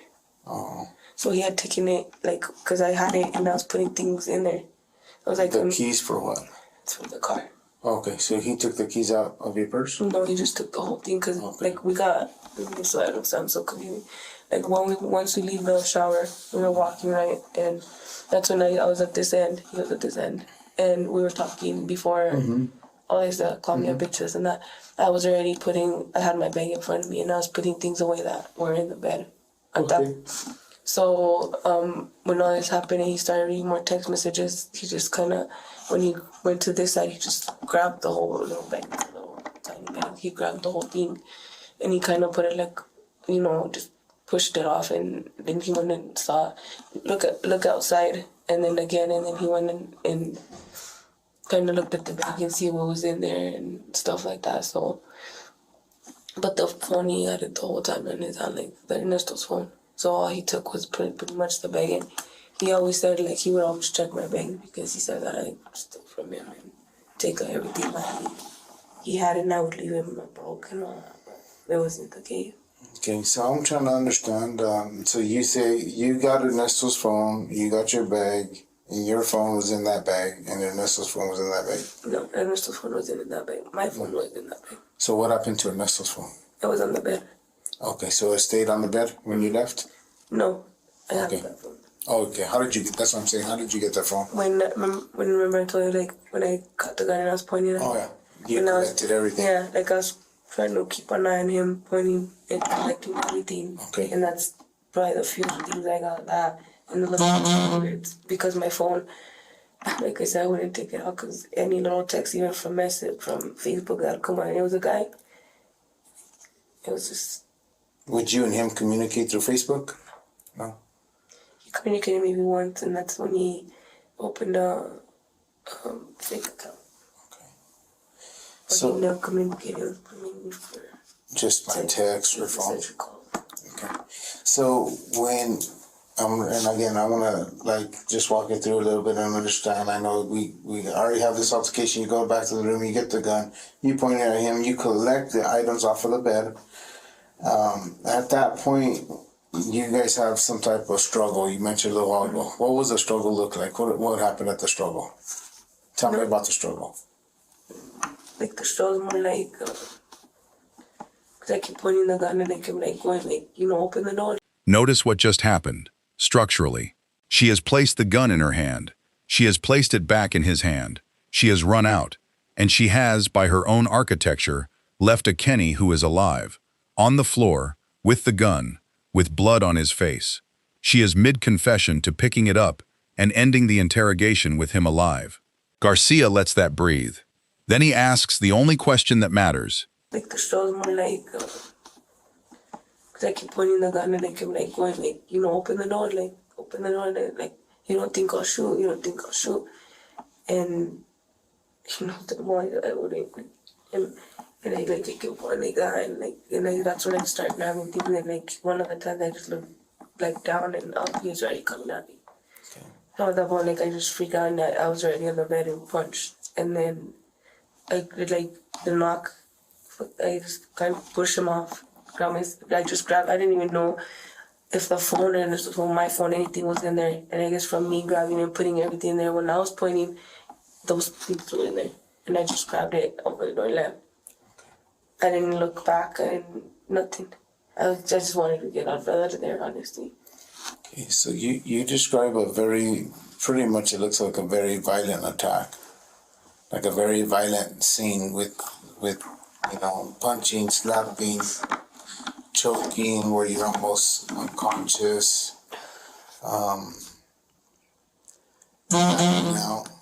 That's pretty violent. It's pretty bad. And that, like, I had other relationships, Okay.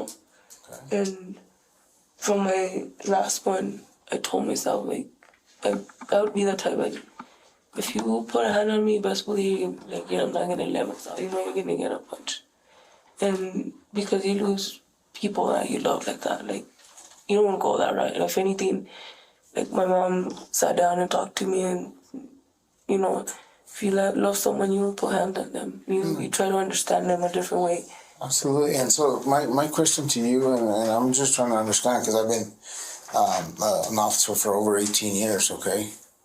And I've been around on the field side of it, where I responded to a lot of calls. Females that even the worst abuse that takes place. I mean, there's a point where it just enough is enough, right? And why didn't you call the police? I don't understand that. Because you consider it a rat. No, it's not a rat. You're getting beaten up. The way you're describing it is you're getting violently beaten up.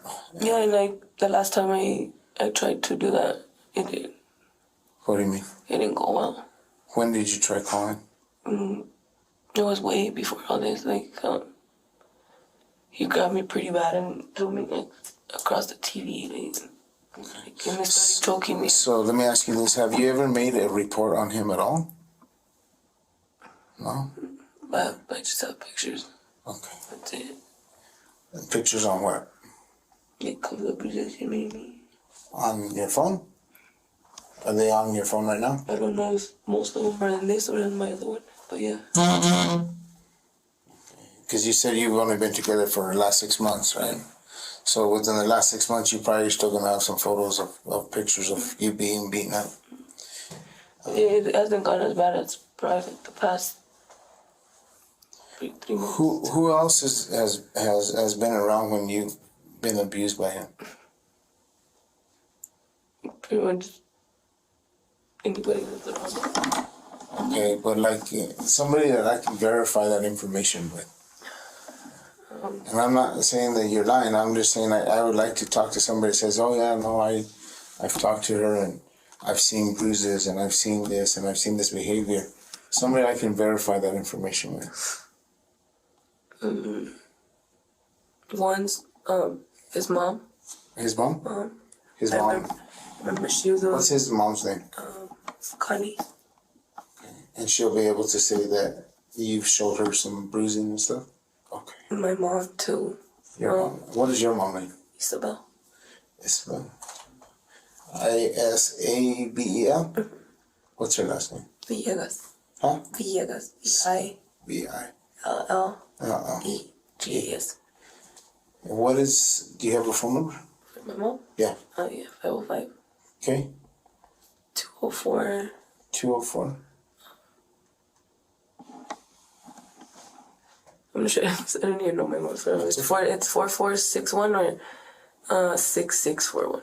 Okay, 4461 or 66. Is that it? 6641? Yeah, like backwards, kinda. Okay, gotcha. Who else? Connie's. I don't really know. Well,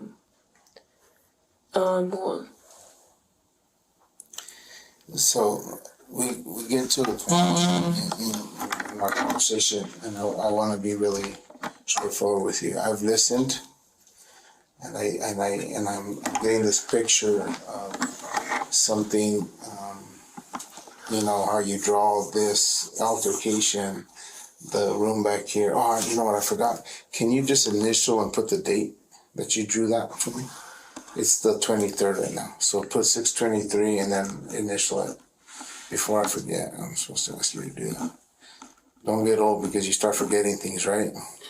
I forget. And 21, sorry, the year 21. And just your initials is fine. And that's just to say that you're the one that drew all this out, and I use it to help me understand what the room looks like. The altercation here, the gun here, you're walking out here, there's like a struggle of some sort. You say you push him or shove him off. You never mentioned a gunshot. I didn't do a gunshot. What's that? I didn't do a gunshot. What do you mean you didn't do a gunshot? Like pull it. Like how do you say it? Because I did point it, but I didn't pull the trigger. I say. Okay. So you understand, again, I'm being 100% honest here, okay? You understand that I've been in the same room? There it is. The line that opened this video said for the first time, in chronological order, 2 hours and 24 minutes into the interview, "I didn't do the gunshot." Watch her body during that line. She does not move her hands. She does not break eye contact. She does not adjust her posture. 5 words, delivered flatter than any other sentence in the last 2 hours. And then a small conversational, "What's that?" from Detective Garcia, because he wants her to say it again. She does. Same flatness, same hands, same eyes. He has it on tape twice now. Understand, again, I'm being 100% honest here, okay? You understand that I've been in the same room? Mm-hmm. You understand that I have looked around this room and I've seen evidence? Mm-hmm. Okay. Where's the gun? After you run out, what happens to the gun? He has it. He has it? He stayed with the gun. Okay. What was his position when you left? Where was he at? Like, I really don't, like, I got my stuff, and when I opened the door and looked back, he was on the floor. He was on the floor where? He was just struggling between. What do you mean? He was in a struggle or you were in a struggle? No, he was, because he was a bunch of sheets and stuff, and when I pushed him off, when he punched me, this hand he has some sheets wrapped on him. So when I pushed him, and he fell on the floor, there's some sheets with him. He was trying to get off of it and stand up. And at that point, I just ran. That's all I saw. That was the last thing I saw. And I just took off, and I didn't really look back. Do you know what happened to Kenny? No. Are you responsible for his death? No. I don't know what happened. I kept texting him and calling him the next day, and he doesn't have a phone. Yeah, but that's like all day long, I thought he could find something. He could find his phone. He kept looking for his phone. And I texted Amber, the girl that was with him. So I found out, or even had a clue of any of this through a lady that lives in Pecos. What's her name? They told her, Lupe. She called me and told me, like, do you know what happened to Kenny? And what did you say? No, I was like, what happened? Like, what? What's going on? And at that point, I just felt my stomach dropped. Like, what happened? Like, what is it? So you got to understand where I'm at, and I'm trying to believe you, and I want to believe you. But you have to understand that I'm in a position right now where you're mentioning nothing but a gunshot, and the only way he would have been shot is by somebody else shooting him. Mm-hmm. And you've already told me that you pointed the gun. I know you said you didn't shoot him, and I, kind of believe that. But I have a problem with what happened here because something happened where he got shot. He didn't shoot himself. I know. So somebody had to have shot him. And you were the last one. And I don't want to start showing you pictures or video because when you leave the room, your face is not bloody. And it doesn't even, I can't tell, obviously, but you don't really see any kind of injury to your eye, okay? I don't see no injuries to your neck. Again, I'm not saying you're lying, okay? I'm trying to be very fair here, okay? But what I need to do is I need to verify some of this information, and I need to know the truth, though, because you kind of, you tell me everything else that you've told me, and you've talked to me about a whole lot of history in detail, and then we get to this little part, like right at the end, like I rushed him and I ran out. There's something that happened there that you're not telling me, and I need to know the truth because if I'm going to present this to the district attorney's office, they're going to ask me, what do you think? Was she forthcoming? I said, she told me a lot of history and she told me a lot of things that happened that night. Very violent attack, but yet she didn't call police. Yet I don't know if anybody's seen you right after to see these injuries, to verify the injuries. I don't know any of those things. When you take the car back to Ernesto, you drop it off across the street instead of taking it to Ernesto. Yeah, and the reason why I did that is because of I didn't want, like, Kiara had already put a report and it had nothing to do with any of this. I just went for time, and the reason why I put it is because I didn't want to get, I knew I already had a warrant, you know? When was the last time you got arrested? Mm. In March? Yeah, in March. And what name did you give the officer? And what did you get booked under? I give him Jasmine. Jasmine. Mm-hmm. Is that your name? No. So who's Jasmine? I just made it up. You made it up. Mm-hmm. So I want to believe you, right? I don't want to, I'll never sit here and say you're a liar because I don't believe in that. Okay? I want to believe you, but what is that going to look like to a jury and everything else when I get this case and I say, look, she is known to lie. She even lied about her identification. She got booked under a false name, Jasmine Chavez Hernandez, with your picture, but different booking. Okay? How much can we believe you? And that's the question I have right now because you're not telling me about the gunshot. The whole reason about me changing my name that time is in that car, there was no plates, no insurance, no nothing that could prove that that car was Kenny. At that point, Kenny had a lot of drugs on him. He had a gun on him, you know. He had, like, explosives, you know, shit like that. And me, I give him my name. I'm gonna go to jail for a month and a half. You know, I don't want to go to jail for a month and a half.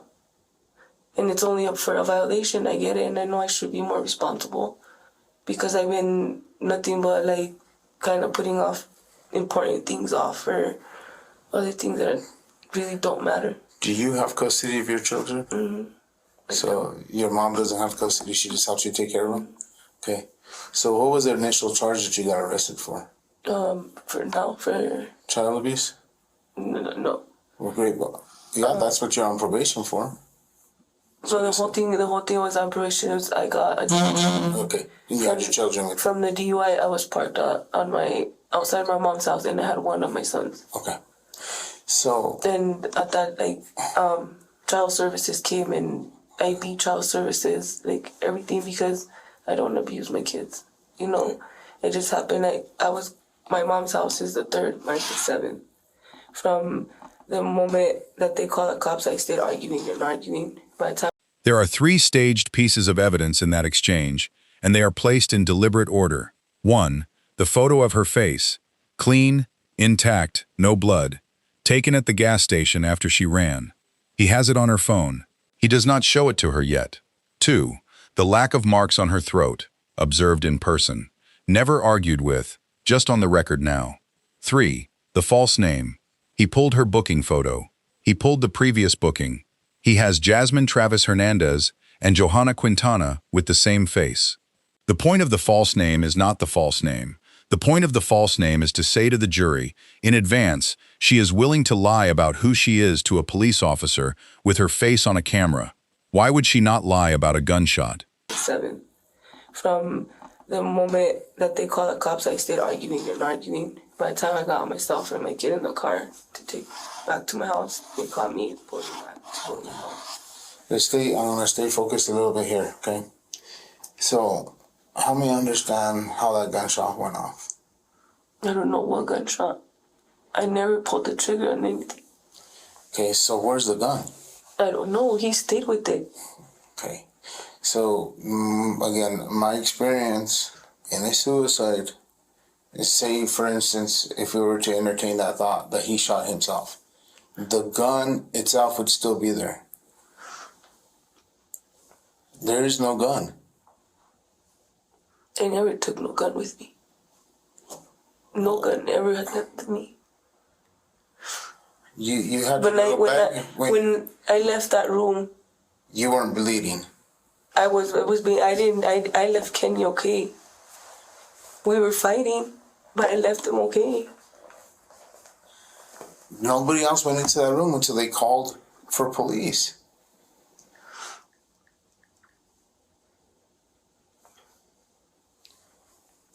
I'll show you a picture. Who's that? That's me. That's you. Now look closely. Do you see any blood on there? You can't see it, but how did I get this? Well, how did you get what? This. I don't know. That's why I'm trying to understand that. I'm trying to even. And I could get people that saw me right after. Okay, me leaving. who was that? The people I told you and. Or what are the names? I mean, I need to verify that. And at this point I'm trying to help you out. Okay, because there's something that happened here, that the gunshot went off, that Kenny gets killed, and you're the last one in the room with him. You guys are in a violent confrontation. You got this gun. You say you pointed the gun at him. How am I supposed to understand that? And how are we going to go before a jury and say, you know what? This is what happened. I'm trying to understand that. If you can tell me some names that I can verify, not Lupe from, obviously that's where you learned that he was dead, but something. Did you take pictures of yourself? None until yesterday. But the one that did see me like this and knew where it came from, his name's they call him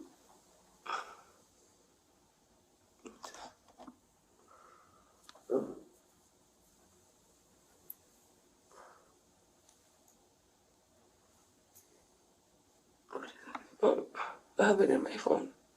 And he was the last one I even thought of. What's his name? What's his nickname?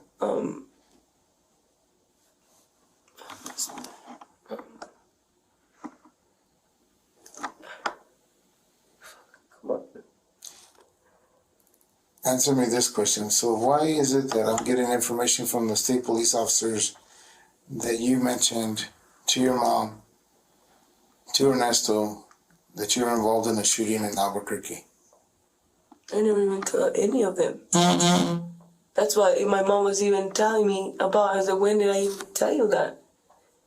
And Ernesto is like, he's always making up like random things. She's not making this up because it happened. Yeah, it happened, but I never even talked to him. His phone, Kenny had it in his hand, disconnected with no service whatsoever. So how did I even like talk to him? I didn't talk to him. Okay, so how did he get his car back? By me taking it. To who? I didn't take it exactly to him, but I parked it on the other side of the road. Okay, and then what happened? How did he know that it was on the other side of the road? Because I texted my mom. Okay. And I told my mom this. That what? You told your mom what? That the car was on the other side of the road. Okay. And where the keys were at. So how did you get from that car? Did you go to your mom's? What do you mean to that car? After you dropped off the car, where did you go? To my house. To your house? Mm-hmm. And that's like walking distance from where I left the car. So when state police went out there earlier today, your mom said you weren't there. She thought I wasn't there. And she even called me crying and telling me that to stop hiding or do this and that. And that's when I told her, I'm not hiding. What are you talking about? I've been at home since I dropped off the car. And I told her straight up, I'm not hiding. Like, I don't want you to think that I'm hiding because I'm not hiding. I wasn't hiding. So it's hard for me to try to understand this again and try to help you out in a sense. And to be fair, because you never called us and said, hey, this is what happened. And I learned after Lupe told you that he was dead, you know what, I was the last one there. And he was alive when I left, which I don't believe. I see you running from the room. Yeah, and I ran because of the same thing. I wouldn't stay in the same, getting beat and doing the same thing. No, I wouldn't want you to do that. I'm not saying that you should do that. No one deserves that. And you should never even been around this once, much less twice or 3 times or however many times you say it happened in the last 6 months. I got 4 girls. I would never want my girls to be in an abusive relationship. Right? So I understand that. My mom never showed me to be in one. So for me to understand all of this that's happening, and then to have a gun missing from the scene, no phones on the scene, it's just, that's very odd. Mm-hmm. And they understand it. Okay. So. But the only phones I Listen to that turn carefully. He told her that Ernesto reported, on the record, that Johanna mentioned the shooting. She did not say Ernesto is lying. She said, I never talked to him. That is a different denial. That is the denial of a person who is now thinking about what the phone records will show. And Detective Garcia knows that. He has the phone in evidence.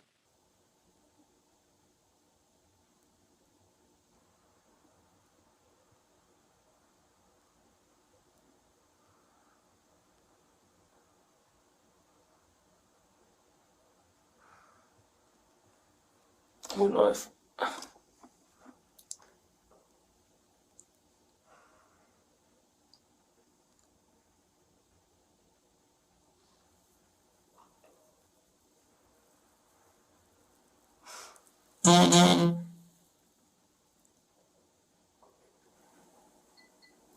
If you're cooperative now, I will tell the district attorney.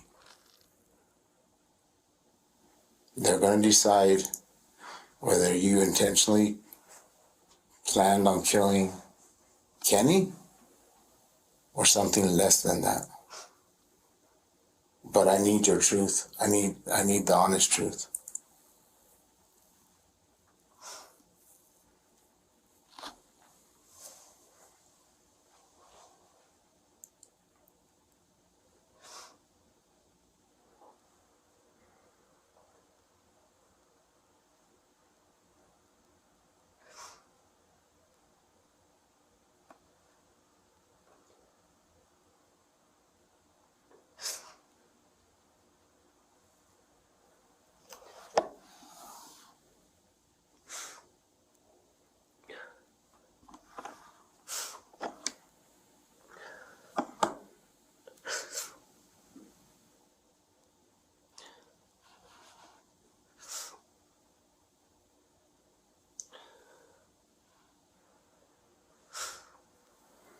Tell me what happened.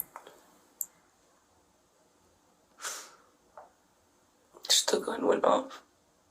That pause, the full 40 seconds where Detective Garcia says nothing, is the most expensive piece of silence in the interrogation. He has spent 2 hours and 40 minutes earning it. She fills it. Just the gun went off.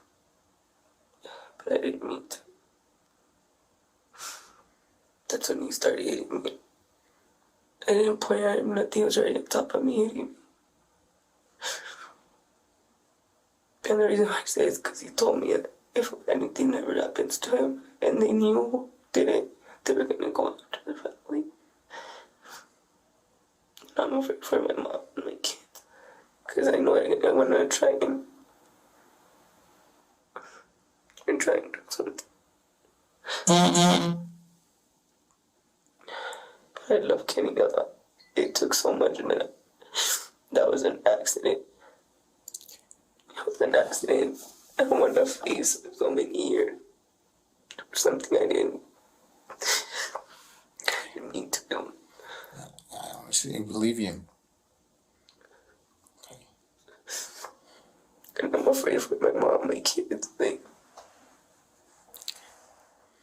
his mom, everybody knows who he was. Like, they can't say I ever mistreated, ever tried anything against him because they didn't.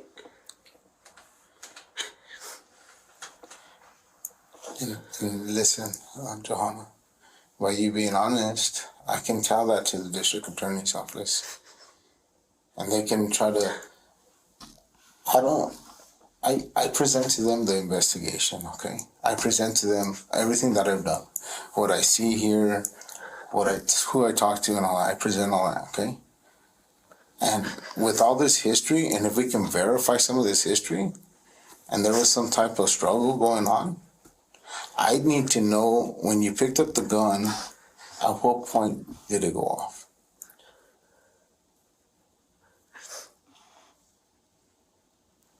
Because I don't believe Kenny ever got it in his own hands. No one was hitting me.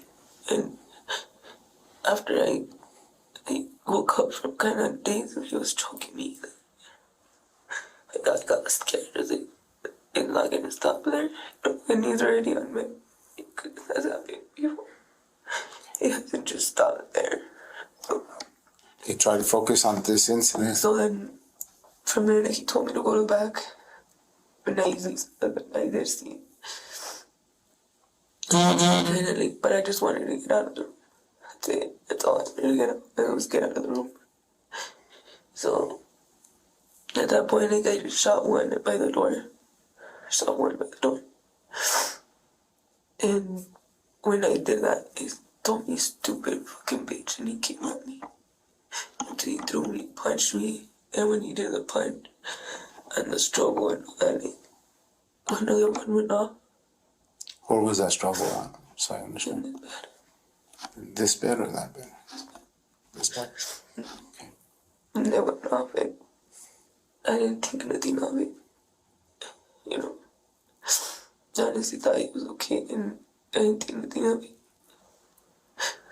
My hands just did take off from there. I was scared, but I didn't mean to do it. We've been through so much that was the last thing he told me. He could have got me some other way if I really wanted him. I did it. All I wanted was just for him to get out of that room. He came out and punched me. And I present that to the district attorney's office, okay? And like, now my name's gonna come out and like, Well, I need your cooperation still, okay? Because where's the gun? And don't lie to me now, because we finally turned that leaf, or we're gonna be honest. And I've been listening, and I've been reading you, and I've been trying to understand everything. And you know what? I feel for you, because you've been through all of this, plus now learning somebody that you love and care about. I'm sorry about that. You know what I mean? and knowing that I did it. Sometimes we wish we can take things back, right? But sometimes we get to a point where what's done is done, and we try to move forward with the honest truth and trying to do what's right. Like, when I lost someone, or my first husband like that, it's not, haven't been okay, like, because I'm not God to take anybody's life. So where's the gun at? With all this happening, I didn't know. I thought he was okay. It went the whole day like that. I thought it was okay. Like, the night before that, he mentioned, like, he was gonna sell the gun to get money, And at this point, I need money for gas to get back. And I tried selling it. You tried or you did? I did sell it. But I didn't think that I had led to it until Lupe called and said all this, Who did you sell it to? I don't really know him, like, I just went off based on, like, this guy that Kenny knew.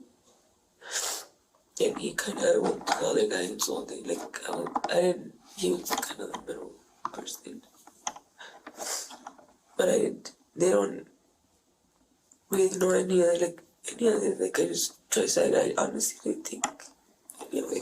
Okay. So I'm gonna pick it up again from right here so I understand. And then, because once you run out, you get into your car, I want you to tell me where you go and who you talk to on your phone, because I'm gonna find that out on your phone anyways.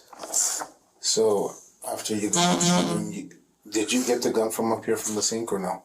What do you mean? Was the gun up here on the sink when you went to the back of the room? Mm-hmm. Okay. And then you said you shot something at the door. Yeah, I shot one at the door. At the door itself or on the ground? I don't know if at the door or somewhere. Okay. But it was just to scare him, let me out. Okay. When you shot, I'm going to start another clip, okay, because I'm a little confused.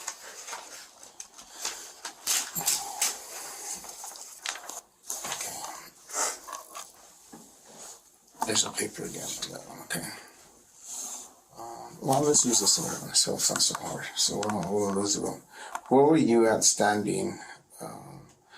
Put like a circle with an X where you were standing when you shot the first time.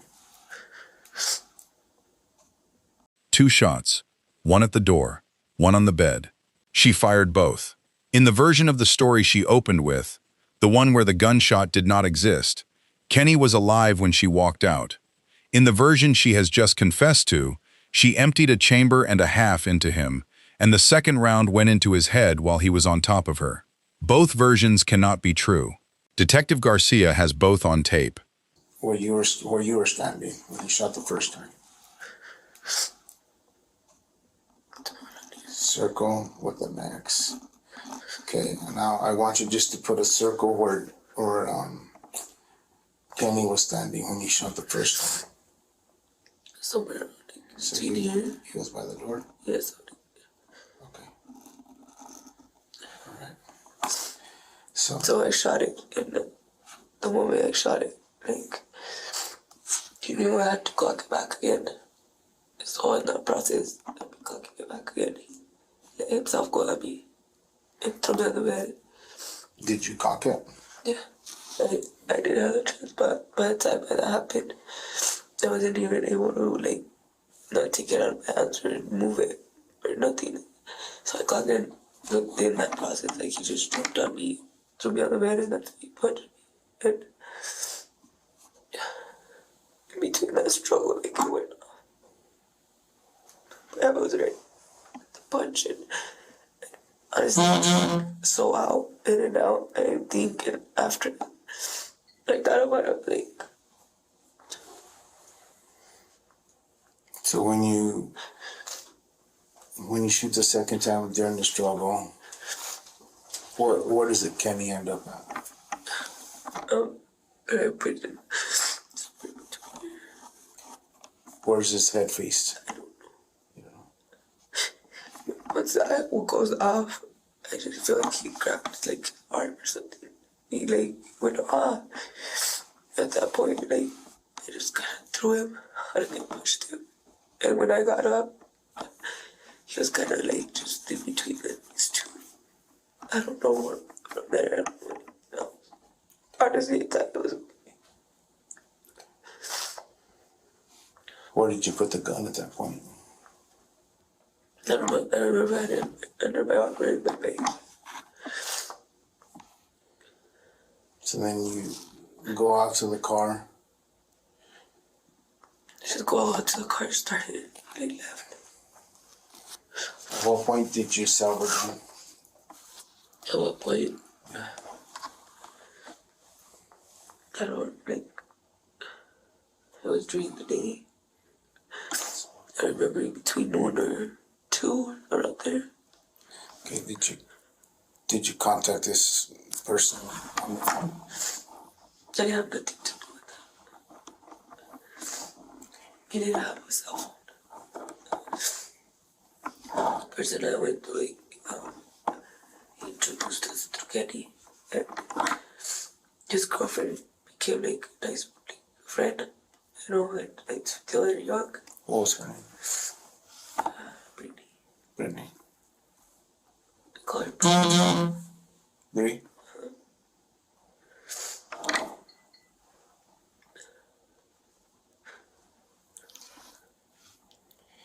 So the gun, you don't have the gun no more. Trust me, if I would have known I had to know about that, I would have never done it. Did you drive back around the hotel anytime after that? You didn't go by in the morning just to see? They did it. Did Menchie's or that other guy contact you or let you know that something had happened? No, I didn't know anything. Until Lupe called her, I guess they called her, told her that, and then a little bit after, like, I started looking it up.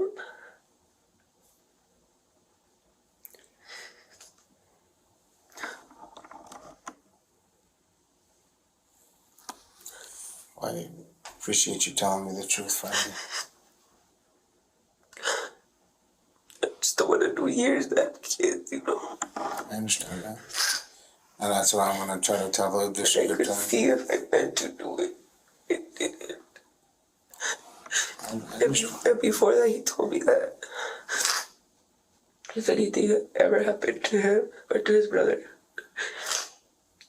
would go all out to make sure and get them or get the family. So, What's his brother's name? Clarence.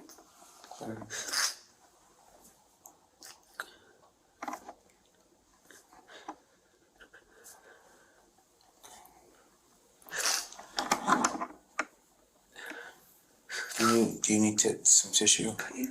Okay. So grab some tissue.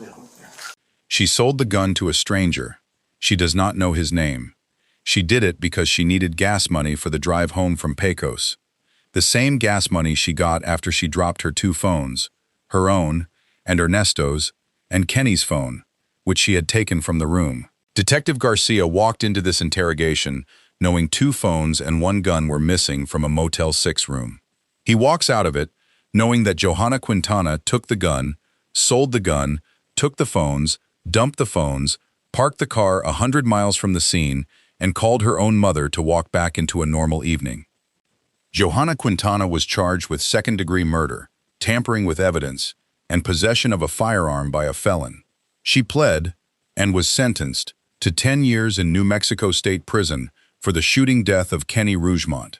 The gun she sold to the man whose name she does not know has never been recovered. Her 2 boys, Marcus and Luis Ivan, were placed with her mother, Isabel, in the trailer on Royal Balls, the same trailer that state police picked her up from on the morning of June 23, 2021, while she was still telling her mother, on her own phone, that she was not hiding.